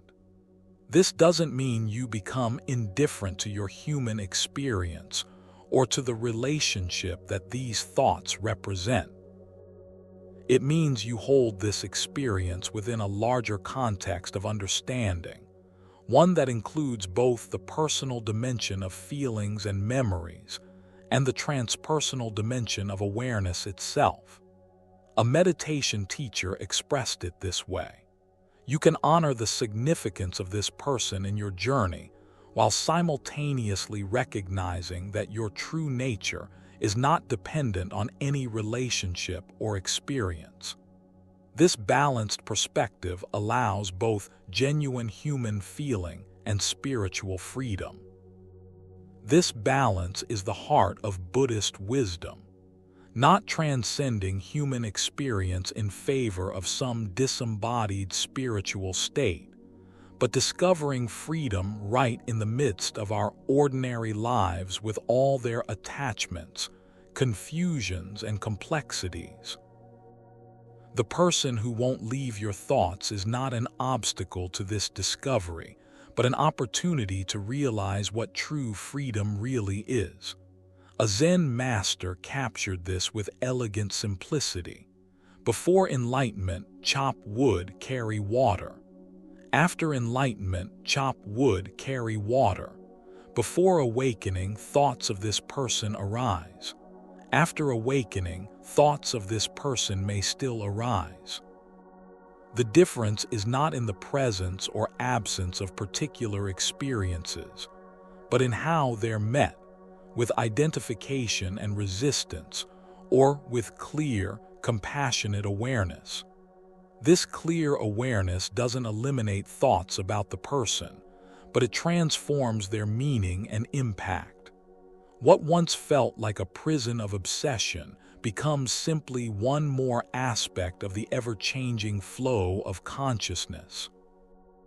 Neither particularly problematic nor particularly significant. The person who once dominated your mental landscape becomes just one of many characters passing through the movie of awareness. And as this perspective deepens through practice, something unexpected often happens. The thoughts that once seemed so persistent and troubling gradually begin to loosen their grip naturally without any effort to eliminate them. Not because you've forced them out of mind, but because you've stopped feeding them with the energy of identification and resistance. A meditation teacher described it this way: what you feed grows, what you resist persists, what you meet with awareness transforms. When you stop feeding persistent thoughts with the energy of either indulgence or resistance, and instead meet them with clear, compassionate awareness, they gradually lose their compulsive quality. They may still arise, but they no longer create the same suffering because you're no longer identified with them or fighting against them. This natural transformation doesn't happen overnight, especially with deeply conditioned thought patterns about significant relationships. Buddhist practice emphasizes patience and persistence, qualities that become themselves objects of cultivation. Each time you notice yourself caught in thoughts and gently return to awareness, you're strengthening neural pathways of presence that gradually become more accessible than the old pathways of obsession. A teacher once shared this guidance: don't measure your progress by how often the person comes to mind. Measure it by how quickly you notice when you're caught in thoughts and how kindly you return to awareness. This is the practice, not eliminating particular experiences, but cultivating the capacity to meet all experiences with clear, compassionate presence. This capacity develops gradually through consistent practice, like building any skill.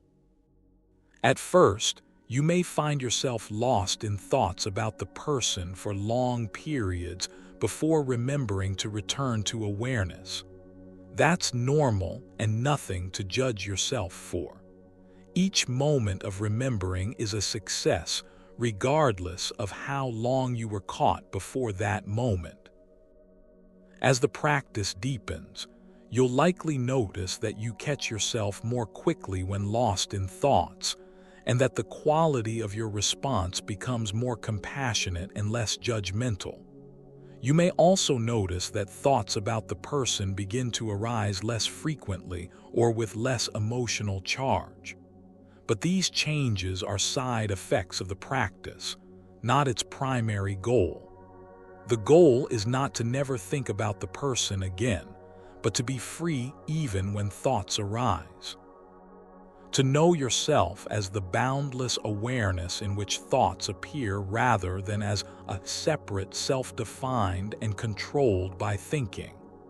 This freedom within thinking is what Buddhism calls liberation in the midst of conditions. Not a transcendent state beyond everyday experience, but the discovery of spaciousness right in the heart of your ordinary human life. A Zen master expressed this with simple elegance. The great way is not difficult for those who have no preferences. As long as you're preferring not to think about someone, as long as you're judging these thoughts as problems to be eliminated, you remain caught in the very dynamic that sustains them. When you drop preferences and meet each thought with the same clear awareness, regardless of its content, the great way of freedom naturally reveals itself. This freedom is not something you achieve through struggle or striving.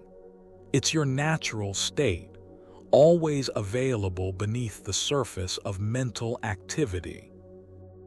The practice is simply to recognize and remember this truth moment by moment, regardless of what thoughts or emotions are moving through consciousness.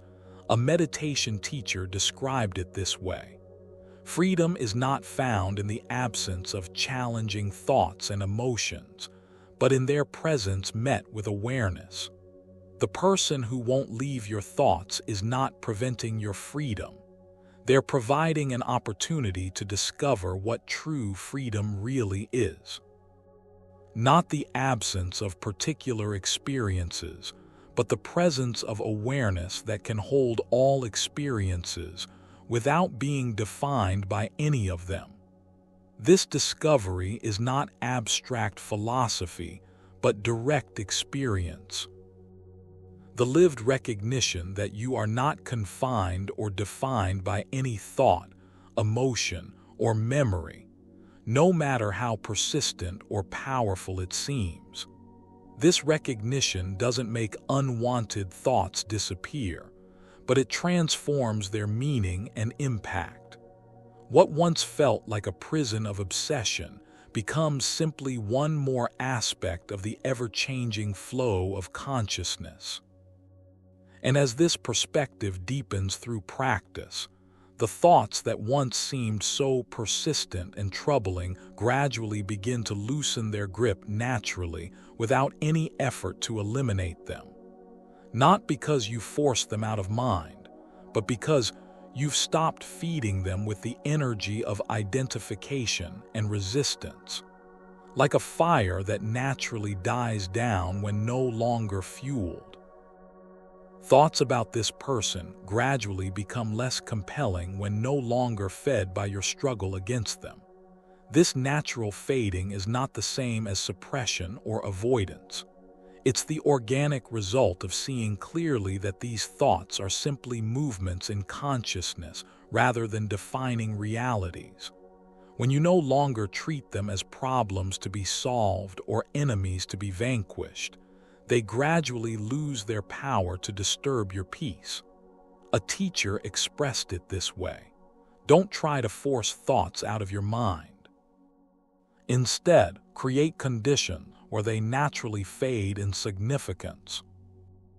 These conditions include regular meditation practice, cultivation of present moment awareness in daily life, development of compassion for yourself and others, and deepening understanding of the impermanent interdependent nature of all phenomena.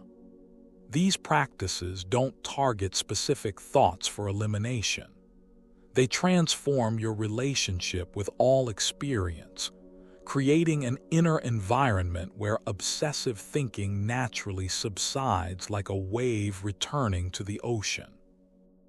The person who once dominated your mental landscape gradually becomes just one of many characters passing through the movie of consciousness, neither particularly problematic nor particularly significant.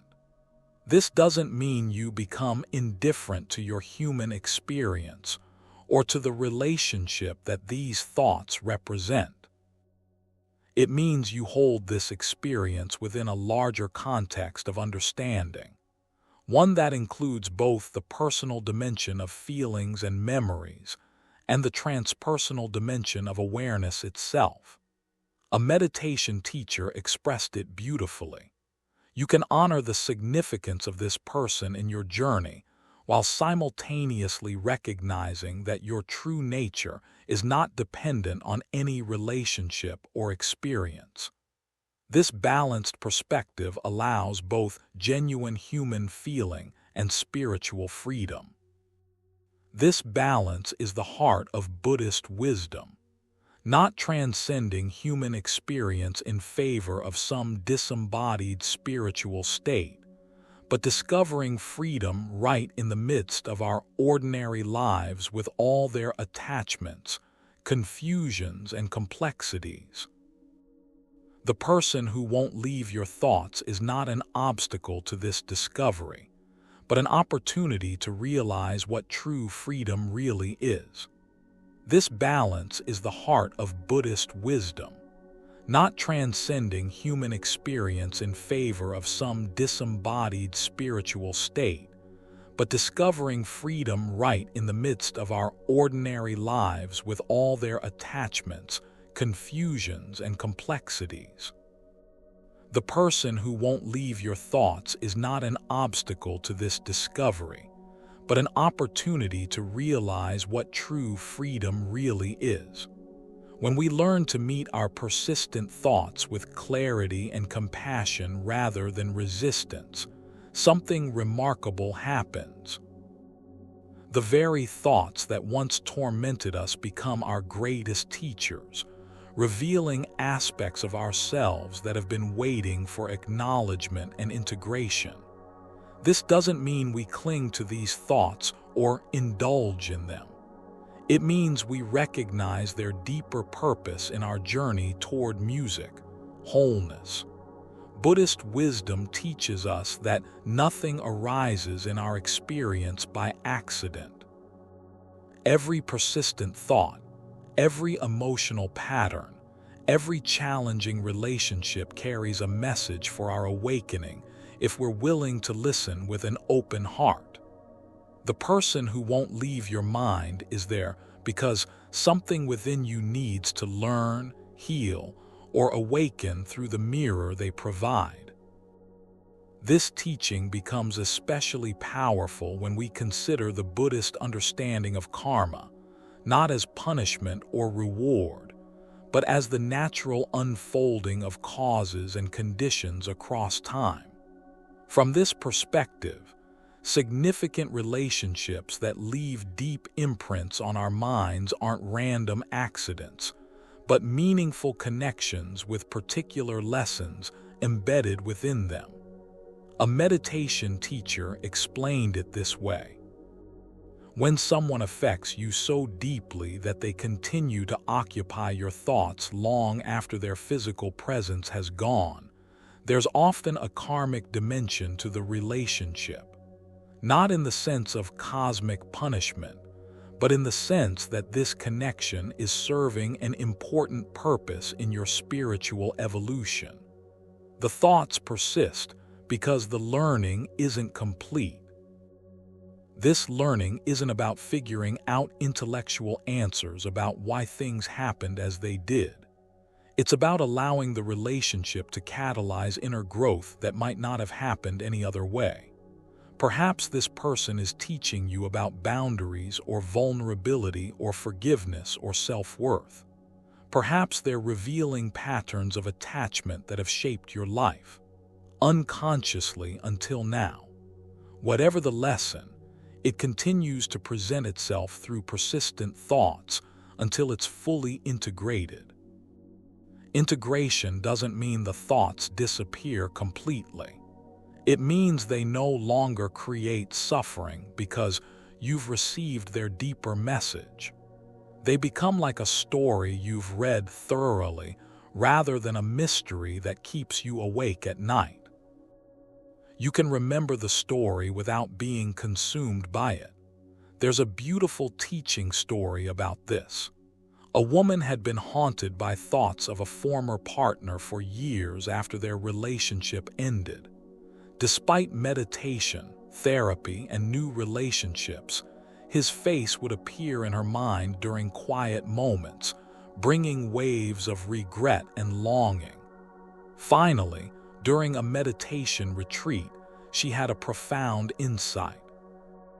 This person had awakened in her a capacity for deep love that she had never expressed fully, not just toward him, but toward herself and life itself. The relationship had ended, but the awakening it sparked was meant to continue.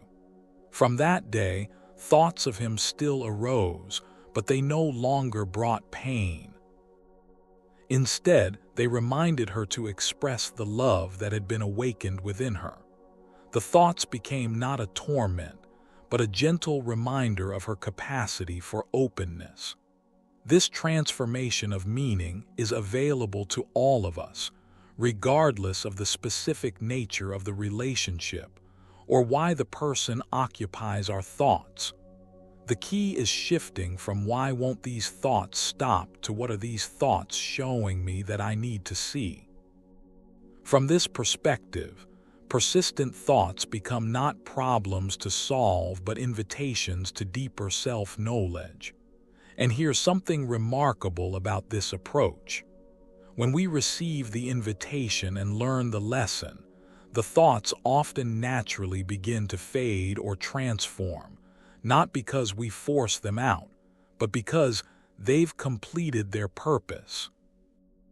Like a messenger who can depart once the message has been delivered, thoughts about someone naturally subside when they've completed their teaching function. This doesn't happen overnight. Especially with deeply significant relationships, the learning and integration unfold according to their own timing, not according to our preferences or schedules. Buddhist practice emphasizes patience with this process, not a passive waiting, but an active presence with what is unfolding within us moment by moment. A meditation teacher expressed it beautifully. Don't rush the river. The healing and integration that wants to happen through these persistent thoughts has its own organic timing. Your role is not to force the process, but to create conditions where it can unfold naturally. Conditions of awareness, compassion, and honest self-reflection. These conditions include regular meditation practice, which creates space around thoughts rather than getting caught in their story lines. They include mindful awareness in daily life, which helps you notice when you're identified with thoughts rather than observing them with clarity. They include compassion for yourself and the other person, which softens the grip of judgment and blame. And they include wise reflection on the impermanent, interconnected nature of all experiences, which helps you hold even difficult thoughts more lightly. As you create these conditions consistently, something begins to shift in your relationship with persistent thoughts. What once felt like an invasion becomes an invitation.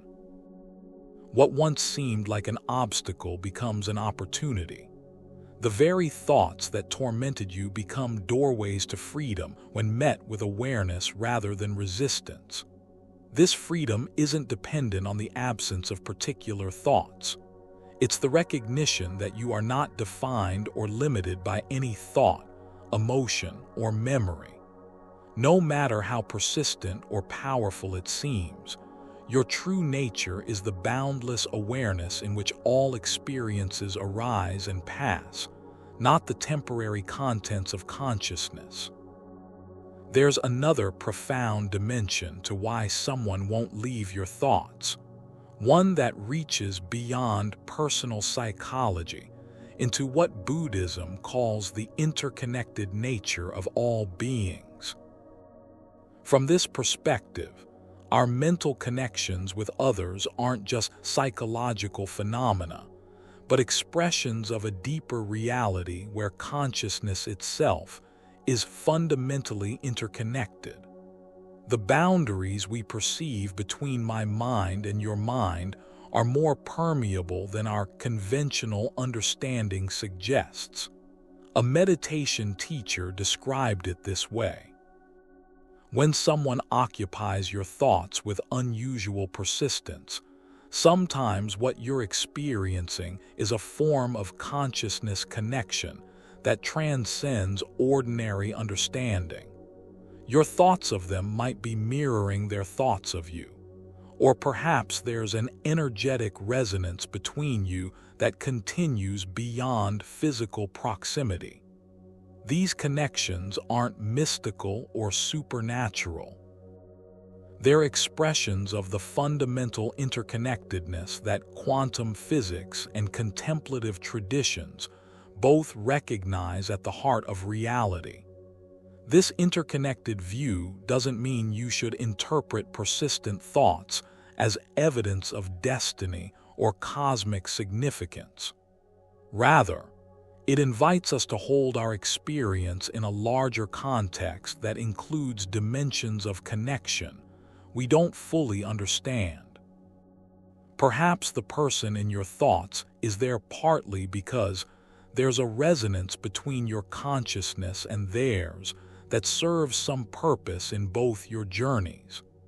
Ancient Buddhist texts speak of what's called mind-to-mind transmission, the recognition that consciousness can connect directly with consciousness beyond the ordinary boundaries of separate identities.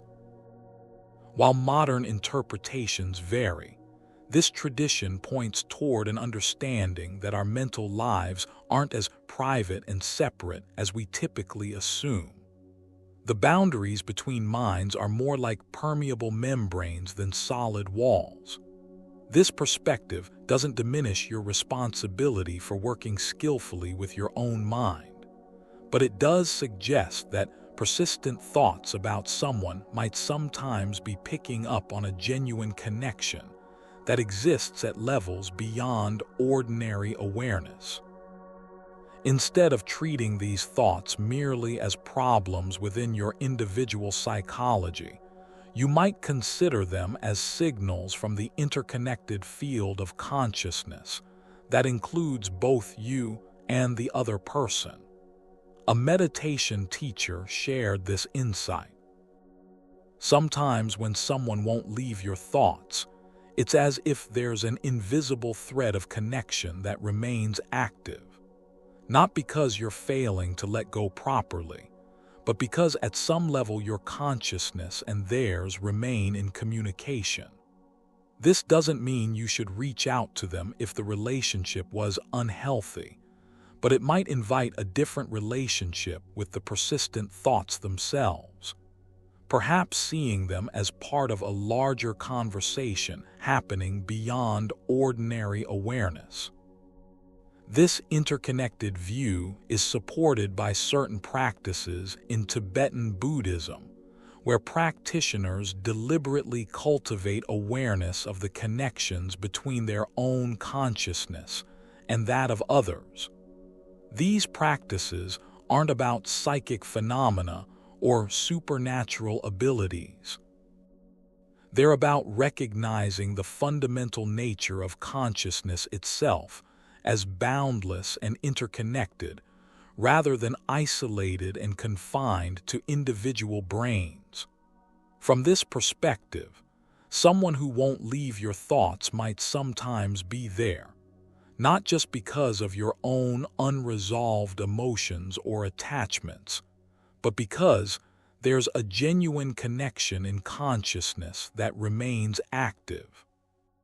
This doesn't mean you should interpret persistent thoughts as messages or signs that can lead to unhelpful fantasy or projection, but it might invite a more spacious perspective that includes dimensions of connection beyond personal psychology.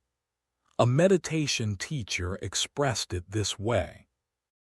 When thoughts of someone persist despite your best efforts to move on, sometimes it helps to acknowledge the possibility that what you're experiencing isn't just your own mind spinning in isolation, but part of a larger field of connection that includes both you and them. This acknowledgement can itself bring a kind of peace, not because it answers all questions, but because it holds the experience in a more spacious context that allows for mystery.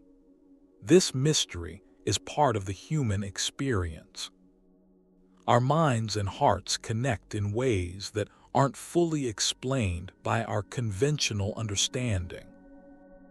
The person who won't leave your thoughts might be there partly because something in the deeper field of consciousness wants this connection to remain active, even if only in thought, because it serves some purpose in the unfolding of both your journeys.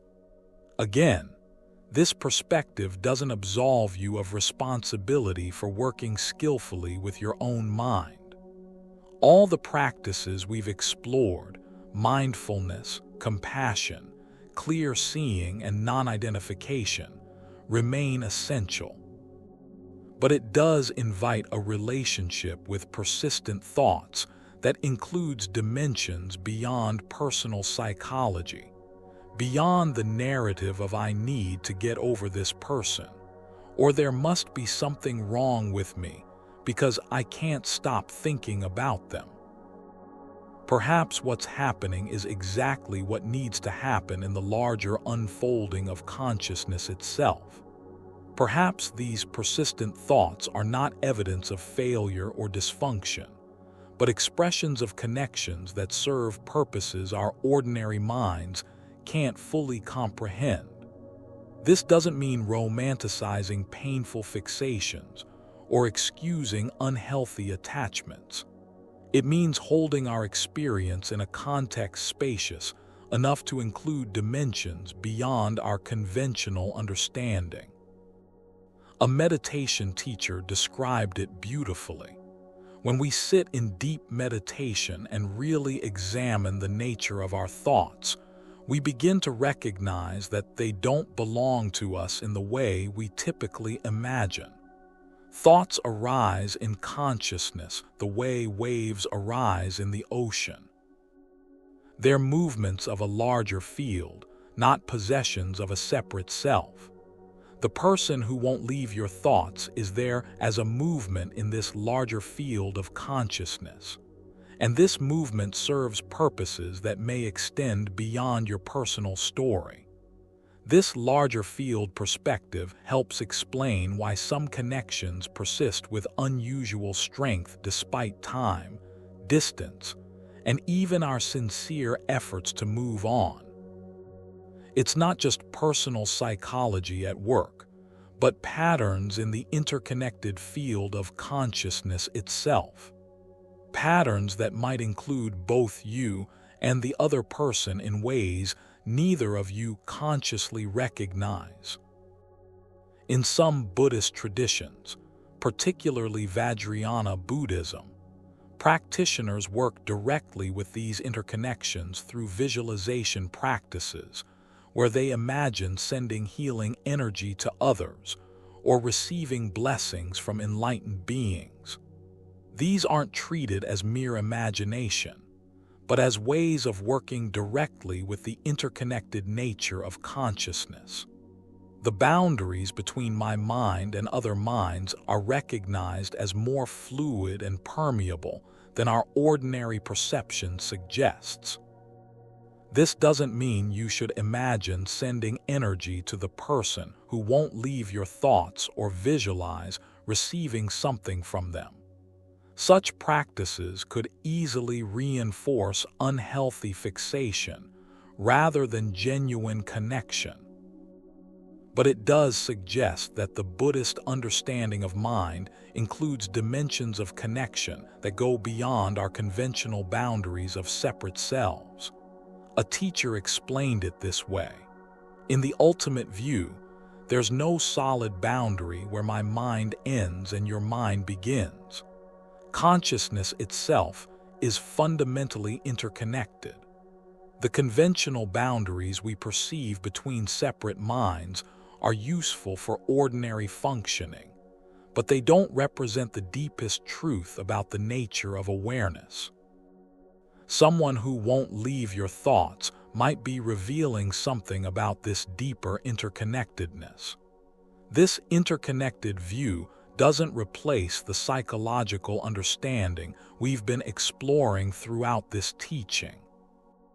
Rather, it adds another dimension to it, suggesting that persistent thoughts about someone might be meaningful not just in terms of your personal psychology, but in terms of patterns in the larger field of consciousness that includes both you and them. From this perspective, sending goodwill or meta-loving kindness to the person who won't leave your thoughts isn't just a technique for changing your own emotional state. It's a recognition of the genuine connection that exists between your consciousness and theirs, regardless of physical separation or the status of your external relationship. A meditation teacher described it this way: when you practice sending loving kindness to someone who occupies your thoughts, you're working directly with the reality of interconnection. You're acknowledging that at the level of consciousness itself, there is no solid separation between you and them. This doesn't mean you need to reconnect in ordinary ways if the relationship was unhealthy. It means you're recognizing the deeper reality that transcends the conventional boundaries of separate selves. This practice isn't about romanticizing difficult relationships or excusing harmful behavior. It's about relating to persistent thoughts from the perspective of fundamental interconnection rather than isolated individual psychology. From this view, your thoughts of someone aren't just your private mental content. They're movements in a shared field of consciousness that includes both you and them. This understanding provides another approach to working with persistent thoughts, not replacing the practices we've explored, but adding another dimension to them. Instead of seeing these thoughts as solely your personal psychological material to work through, you might relate to them as expressions of connections in consciousness that serve purposes beyond your personal narrative. A meditation teacher expressed it beautifully. When you sit in meditation and notice thoughts of this person arising, you can recognize them not just as your thoughts, but as movements in the interconnected field of consciousness. This recognition itself brings a kind of spaciousness that can ease the sense of personal burden or struggle with these thoughts. They're not just yours to deal with. They're expressions of connections in the larger field that includes both you and them. This spaciousness doesn't mean avoiding responsibility for your own mind. All the practices of mindfulness, clear seeing, and compassionate presence remain essential. But it does mean holding your experience in a larger context that includes dimensions beyond personal psychology. The person who won't leave your thoughts might be there not just because of your unresolved emotions or attachments, but because something in the interconnected field of consciousness wants this connection to remain active in some form. From this perspective, even the most difficult, persistent thoughts can be held in a context of meaning rather than just personal struggle. They become not just obstacles to overcome, but expressions of deeper patterns in consciousness itself. Patterns that might be serving purposes your ordinary mind can't fully comprehend. A teacher shared this insight. When someone continues to occupy your thoughts despite your sincere efforts to move on, sometimes the most helpful approach is to recognize that there's more happening than just your personal psychology at work. There are patterns and purposes in the interconnected field of consciousness that include both you and them. And these patterns might be expressing themselves through your persistent thoughts. This recognition doesn't solve the practical challenge of working with difficult thoughts, but it does place that challenge in a larger context that can ease the sense of personal burden or failure. You're not just struggling with your own stubborn psychology. You're participating in movements of consciousness that extend beyond your individual self. From this larger perspective, the Buddhist practices we've been exploring take on additional significance. Mindfulness becomes not just a way of working with your own difficult thoughts, but a way of relating to the interconnected field of consciousness with clarity and presence. Compassion becomes not just a skillful response to your own suffering, but recognition of the shared nature of consciousness that includes both you and the person in your thoughts. The practice of non-identification, recognizing that you are not your thoughts, extends to recognizing that thoughts themselves don't belong to anyone in the way we typically imagine. They're movements in consciousness arising from countless conditions and causes, many of which extend beyond what we conventionally identify as our personal history or psychology. A meditation teacher expressed it this way: when we really examine the origins of any thought, including persistent thoughts about someone, we find that it doesn't come from a solid, separate self. It arises from countless conditions. Not just your personal history with this person, but patterns of human attachment formed over evolutionary time.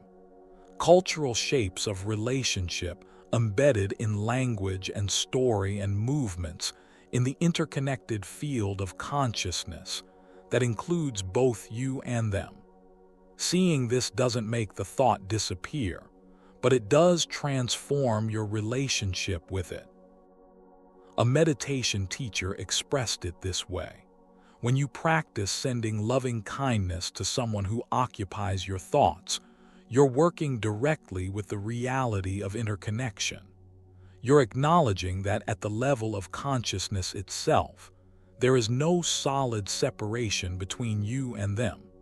This practice can transform not just your own relationship with difficult thoughts, but the quality of the interconnection itself.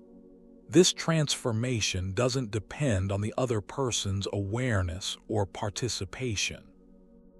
It happens at the level of consciousness itself, which isn't constrained by the boundaries we perceive between separate minds. Your practice of sending goodwill affects the quality of the interconnection regardless of whether they're consciously aware of it. This understanding provides another approach to the question of why someone won't leave your thoughts.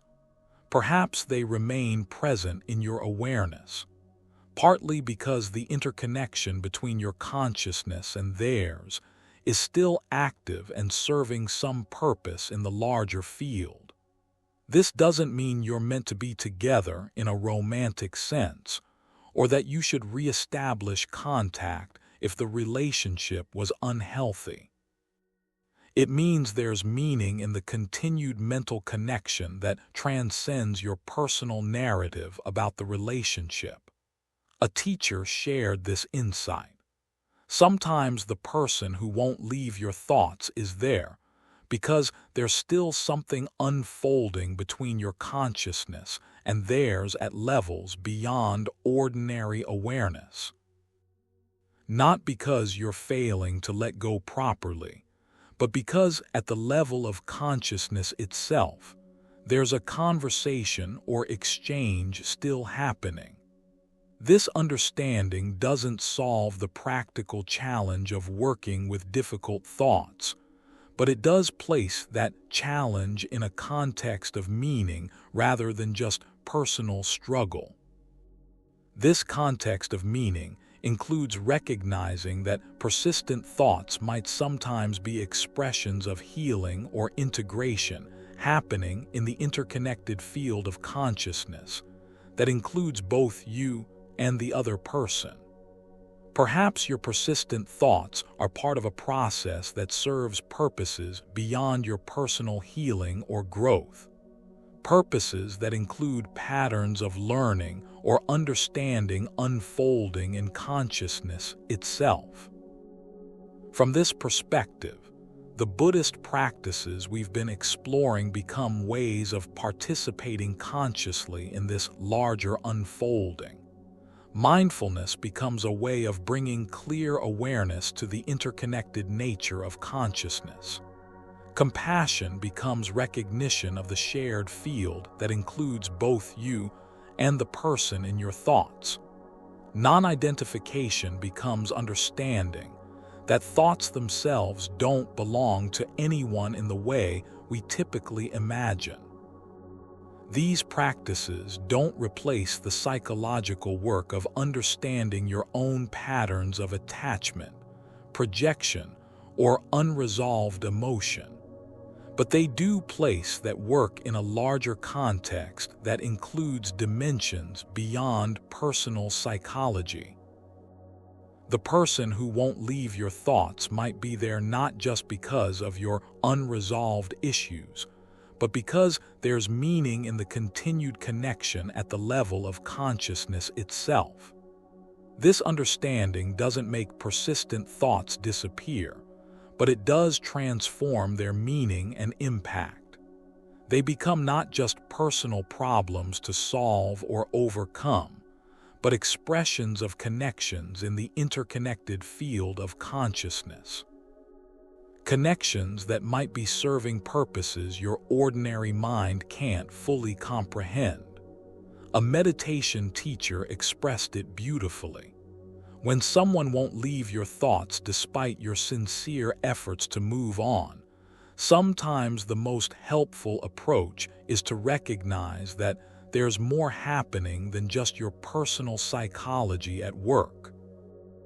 There are patterns and purposes in the interconnected field of consciousness that include both you and them. And these patterns might be expressing themselves through your persistent thoughts. This recognition brings a kind of spaciousness to the experience of persistent thinking, not because it answers all questions or solves all difficulties, but because it holds the experience in a larger context that allows for mystery and meaning beyond personal psychology. The person who won't leave your thoughts might be there partly because there's something still unfolding in the interconnected field of consciousness that includes both you and them. From this spacious perspective, even the most difficult persistent thoughts can be held with the sense of meaning rather than just personal struggle. They become not just obstacles to overcome, but expressions of deeper currents in consciousness itself.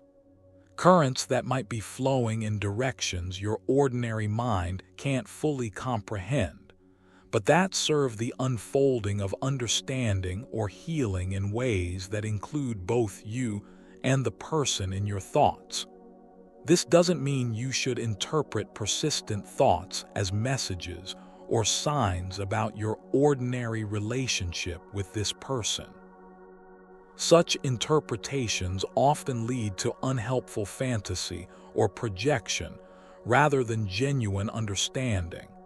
But it does suggest that these thoughts might sometimes have meaning beyond your personal psychology, meaning that relates to the interconnected nature of consciousness itself.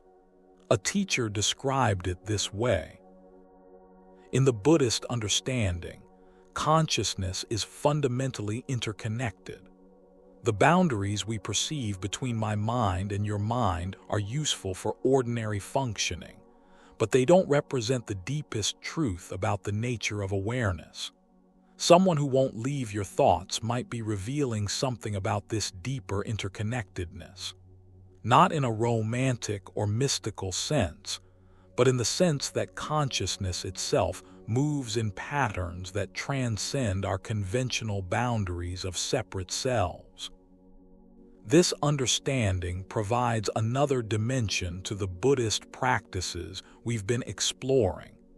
Mindfulness becomes not just attention to your own experience, but awareness of movements in the interconnected field of consciousness. Compassion becomes recognition of the shared nature of being that includes both you and the person in your thoughts. Non-identification extends to recognizing that thoughts themselves don't belong to anyone in the way we typically imagine. These practices don't replace the psychological work of understanding your own patterns, but they do place that work in a larger context. The person who won't leave your thoughts might be there not just because of your unresolved issues, but because there's something still unfolding in the interconnected field of consciousness that includes both you and them.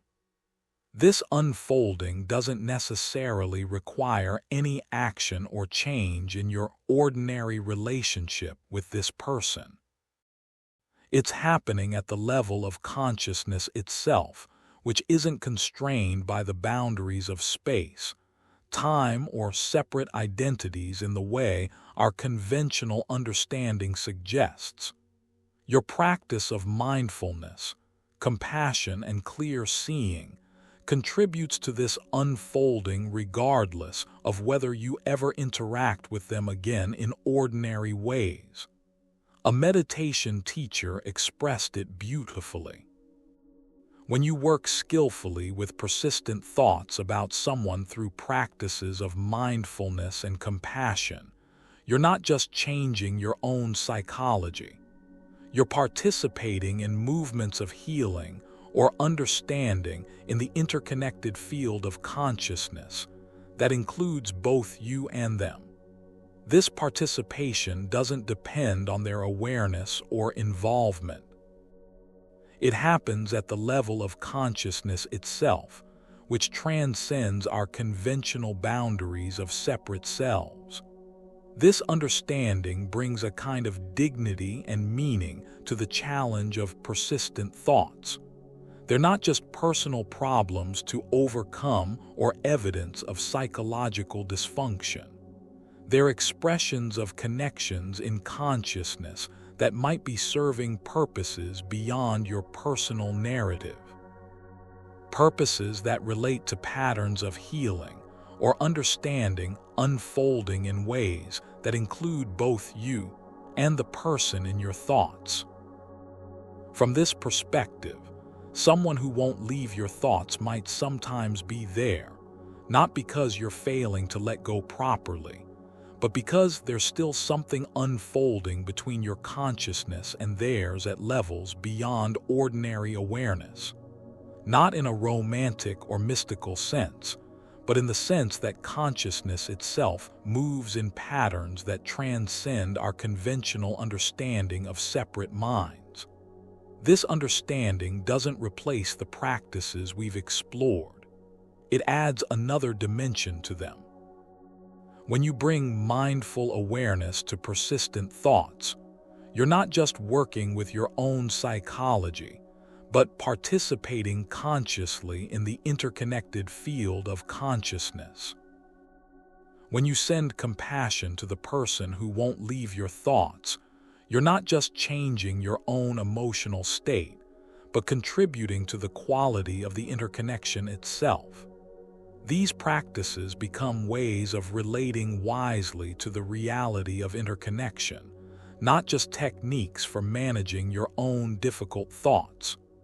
They acknowledge that at the level of consciousness itself, there is no solid separation between you and the person in your thoughts. This doesn't mean you need to reconnect in ordinary ways if the relationship was unhealthy. It means you're recognizing a deeper truth about the nature of mind itself. A teacher described it this way. In the ultimate view, consciousness itself is not divided into separate minds and yours. It's a continuous interconnected field in which patterns of connection and communication occur in ways that transcend our conventional understanding. The person who won't leave your thoughts might be there partly because there are patterns in this field that include both you and them. Patterns that might be serving purposes your ordinary mind can't fully comprehend. This perspective doesn't diminish your responsibility for working skillfully with your own mind. All the practices of mindfulness, clear seeing, and compassionate presence remain essential, but it does place that work in a larger context that includes dimensions beyond personal psychology. The person who won't leave your thoughts might be there not just because of your unresolved emotions or attachments, but because something in the interconnected field of consciousness wants this connection to remain active in some form. From this spacious perspective, even the most difficult, persistent thoughts can be held with a sense of meaning rather than just personal struggle. They become not just obstacles to overcome, but expressions of deeper currents in consciousness itself. Currents that might be flowing in directions that serve the unfolding of understanding or healing in ways that include both you and the person in your thoughts.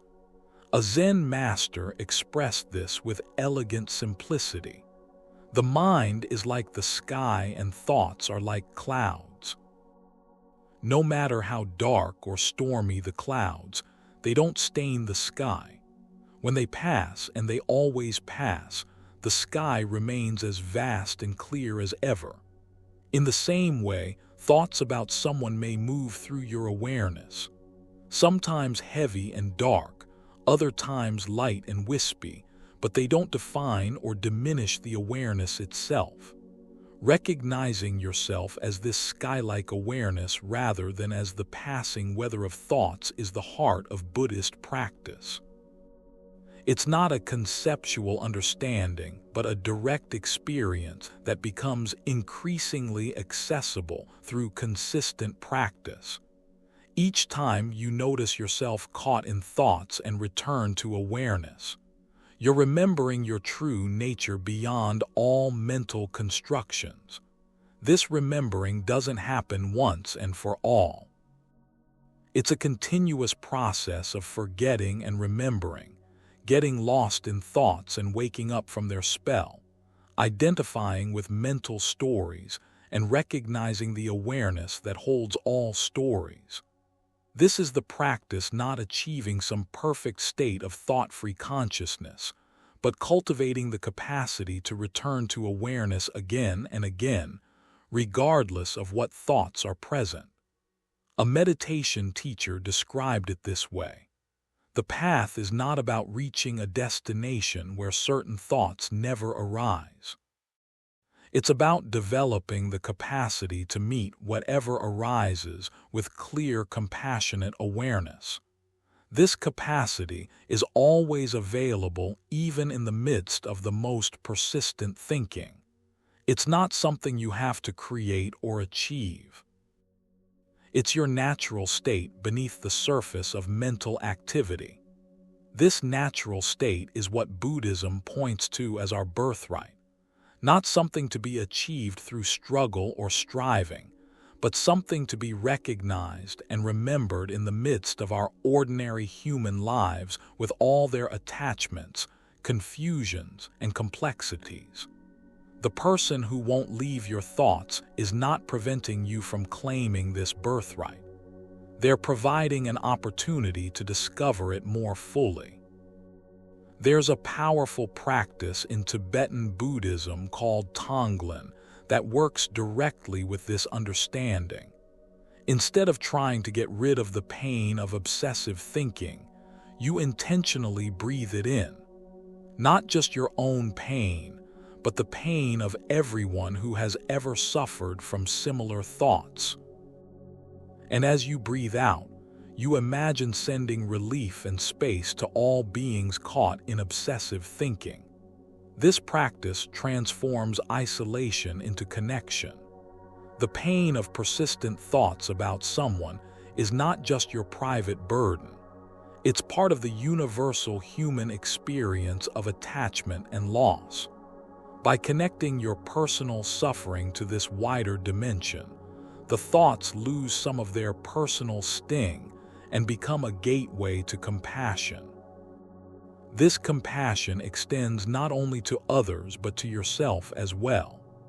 The tendency to judge yourself for having persistent thoughts, to see them as signs of weakness or lack of spiritual progress, is itself a form of suffering that can be met with kindness. As a meditation teacher expressed it, be at least as kind to yourself as you would be to a dear friend struggling with the same difficulty. Would you criticize them for not being over it yet? Would you tell them they should be able to control their thoughts better? Or would you offer understanding and support for the very real challenge they're facing? This self-compassion is not self-indulgence or complacency. It's a wise recognition that harsh judgment doesn't help us grow or heal. It only adds another layer of suffering to what's already difficult. By meeting yourself with kindness when thoughts of someone persist, you create conditions where natural healing and integration can occur. And as this healing unfolds, something unexpected often happens. The thoughts that once seemed so troubling gradually begin to transform. They may continue to arise, but they no longer carry the same emotional charge or create the same suffering. Like a wound that no longer hurts when touched, thoughts of this person become simply one more aspect of your experience rather than a source of ongoing pain. This transformation doesn't mean you forget the relationship or its impact on you. It means you hold it in a larger context of understanding. One that includes both the personal dimension of your specific history with this person and the universal dimension of human connection, attachment, and loss. From this broader perspective, persistent thoughts become not just personal torments, but part of the shared human journey toward wholeness. A meditation teacher described it this way: when someone won't leave your thoughts, you're being invited into a larger story than just your personal history with them. You're being asked to understand something essential about the nature of human connection, about how we affect each other in ways that transcend time and space, about how love and loss shape us into who we're becoming. If you can receive this invitation with an open heart, the relationship that once seemed only painful becomes a doorway to profound understanding. This understanding doesn't come through intellectual analysis alone. It arises from direct experience, from meeting persistent thoughts with awareness rather than resistance, from feeling their impact in your body, from witnessing their changing nature over time. As you practice this direct meeting with what is, insights naturally emerge that no amount of thinking could produce. These insights often reveal the deeper purpose of the relationship in your life journey, not as random suffering, but as meaningful catalysts for growth and awakening. Perhaps this person helped you recognize patterns of attachment that have shaped your life unconsciously until now. Perhaps they awakened parts of yourself that had been dormant or denied. Perhaps they showed you where your boundaries needed strengthening or where your heart needed opening. Whatever the specific learning, Recognizing this deeper purpose doesn't mean you should be grateful for painful experiences or excuse harmful behavior. It means you can find meaning in even difficult relationships rather than seeing them solely as misfortunes to recover from. This meaning-making is part of how humans transform suffering into wisdom. A teacher expressed it this way: when someone continues to occupy your thoughts long after they're gone from your life, there's often wisdom trying to emerge through the relationship. Not wisdom about them specifically, but wisdom about yourself, about your patterns, your needs, your capacity for growth and healing. If you can receive this wisdom, the persistent thoughts gradually transform from tormentors into teachers. This transformation of tormentors into teachers is at the heart of Buddhist practice. It's the recognition that our most difficult experiences, including persistent thoughts about someone, are not obstacles to our well-being, but opportunities to discover a freedom that doesn't depend on external circumstances. This freedom within difficulty is what Buddhism calls liberation in the midst of conditions. Not a transcendent state beyond everyday experience, but the discovery of spaciousness right in the heart of our ordinary human lives with all their attachments, confusions, and complexities. The person who won't leave your thoughts is not preventing this discovery. They're providing an opportunity to realize it more fully. A meditation teacher described it beautifully. When you can sit quietly with thoughts of someone who once caused you great pain, without getting lost in the storyline about what happened or should have happened, without pushing the thoughts away or holding on to them, simply meeting them with clear, compassionate awareness. In that moment, you're discovering a freedom that was always available, but perhaps never so clearly recognized until it was tested by difficulty. This testing through difficulty is not punishment. It's how the heart grows in wisdom and compassion. Just as physical muscles develop through resistance training, our capacity for awareness develops through meeting resistance in the form of challenging experiences and persistent thoughts.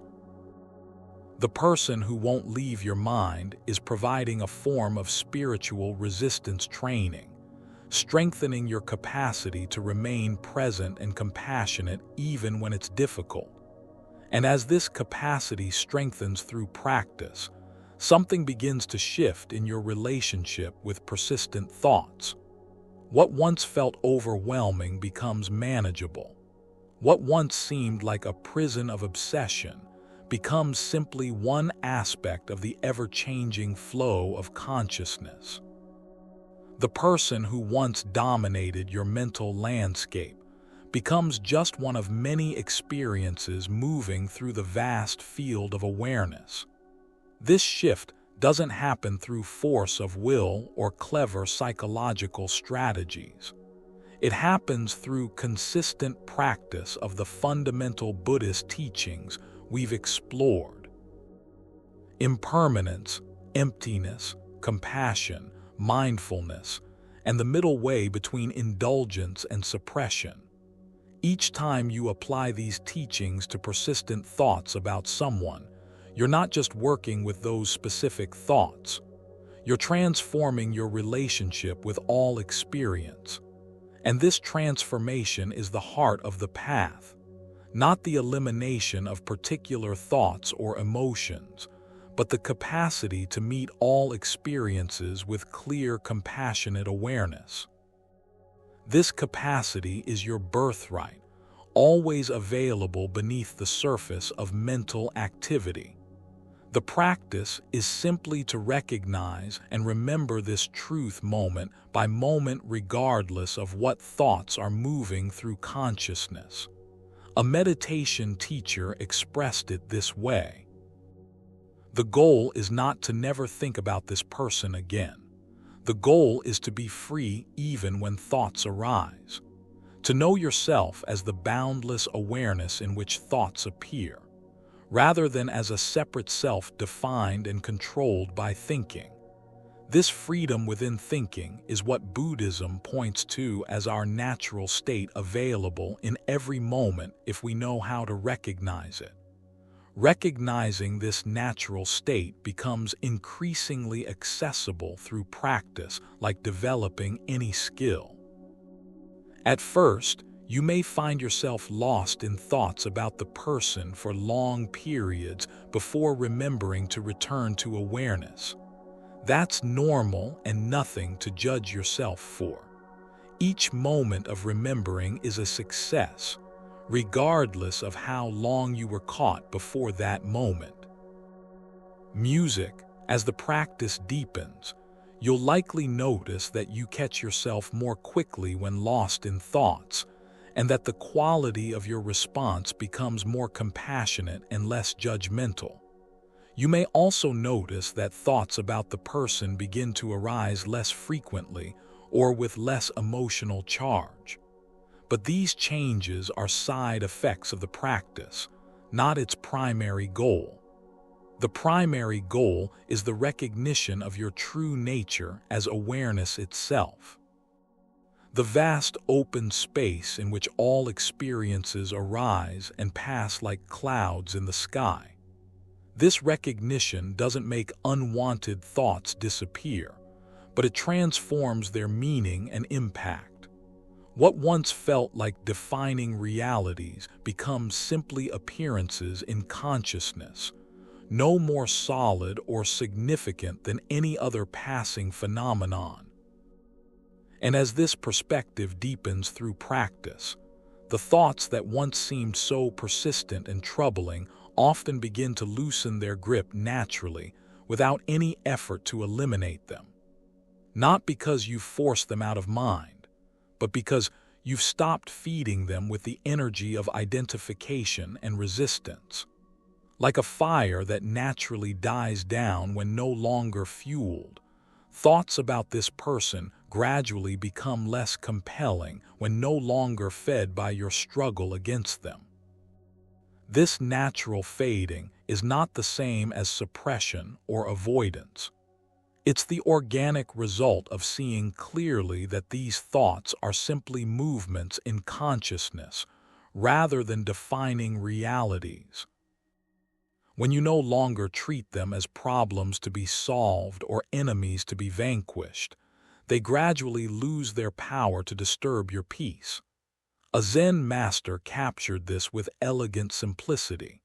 What you fight, you strengthen. What you resist persists. What you meet with awareness transforms. When you stop fighting persistent thoughts and instead meet them with clear, compassionate awareness, they gradually transform from apparent enemies into allies on the path of awakening. This transformation doesn't happen overnight, especially with deeply conditioned thought patterns about significant relationships. Buddhist practice emphasizes patience and persistence, qualities that become themselves objects of cultivation. Each time you notice yourself caught in thoughts and gently return to awareness, you're strengthening neural pathways of presence that gradually become more accessible than the old pathways of obsession. Think of it like creating a new trail through a dense forest. At first, the old path of obsessive thinking is wide and well-worn, easy to fall into without realizing it. The new path of aware presence is barely visible, requiring conscious effort to follow. But with consistent practice each time you choose the new path, it becomes a little clearer, a little more established. Eventually, it may become the default route, the way your mind naturally moves when thoughts of this person arise. This process embodies what Buddhism calls bhavana, or cultivation. The gradual development of beneficial qualities and habits of mind through intentional practice. Rather than expecting instant results or beating yourself up when old patterns reemerge, you recognize that transformation is a gradual process like growing a garden from seeds. A meditation teacher used this metaphor. When planting a garden, you don't dig up the seeds every day to see if they're growing yet.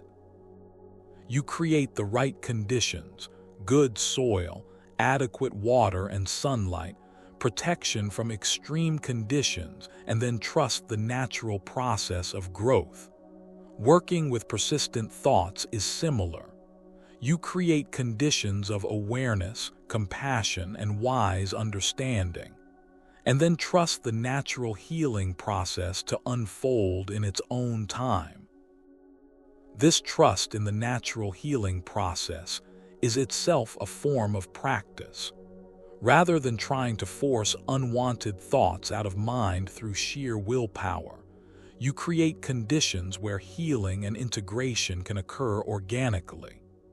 These conditions include regular meditation practice, mindful awareness in daily life, cultivation of compassion for yourself and others, and deepening understanding of the impermanent, interconnected nature of all phenomena. As you create these conditions consistently, the relationship with persistent thoughts gradually transforms. What once felt like an invasion becomes an invitation. What once seemed like an obstacle becomes an opportunity. The very thoughts that tormented you become doorways to freedom when met with awareness rather than resistance. And this freedom is what Buddhist practice points to as our birthright. Not something to be achieved through struggle or striving, but something to be recognized and remembered in the midst of our ordinary human lives with all their attachments, confusions, and complexities. The person who won't leave your thoughts is not preventing you from claiming this birthright. They're providing an opportunity to discover it more fully. So now it's your turn. Which teaching from these ancient Buddhist wisdom traditions speaks most directly to your heart? Which insight feels like the one you needed most right now in your own journey with persistent thoughts? Leave a comment below and share your voice, because wisdom grows deeper when it's held together.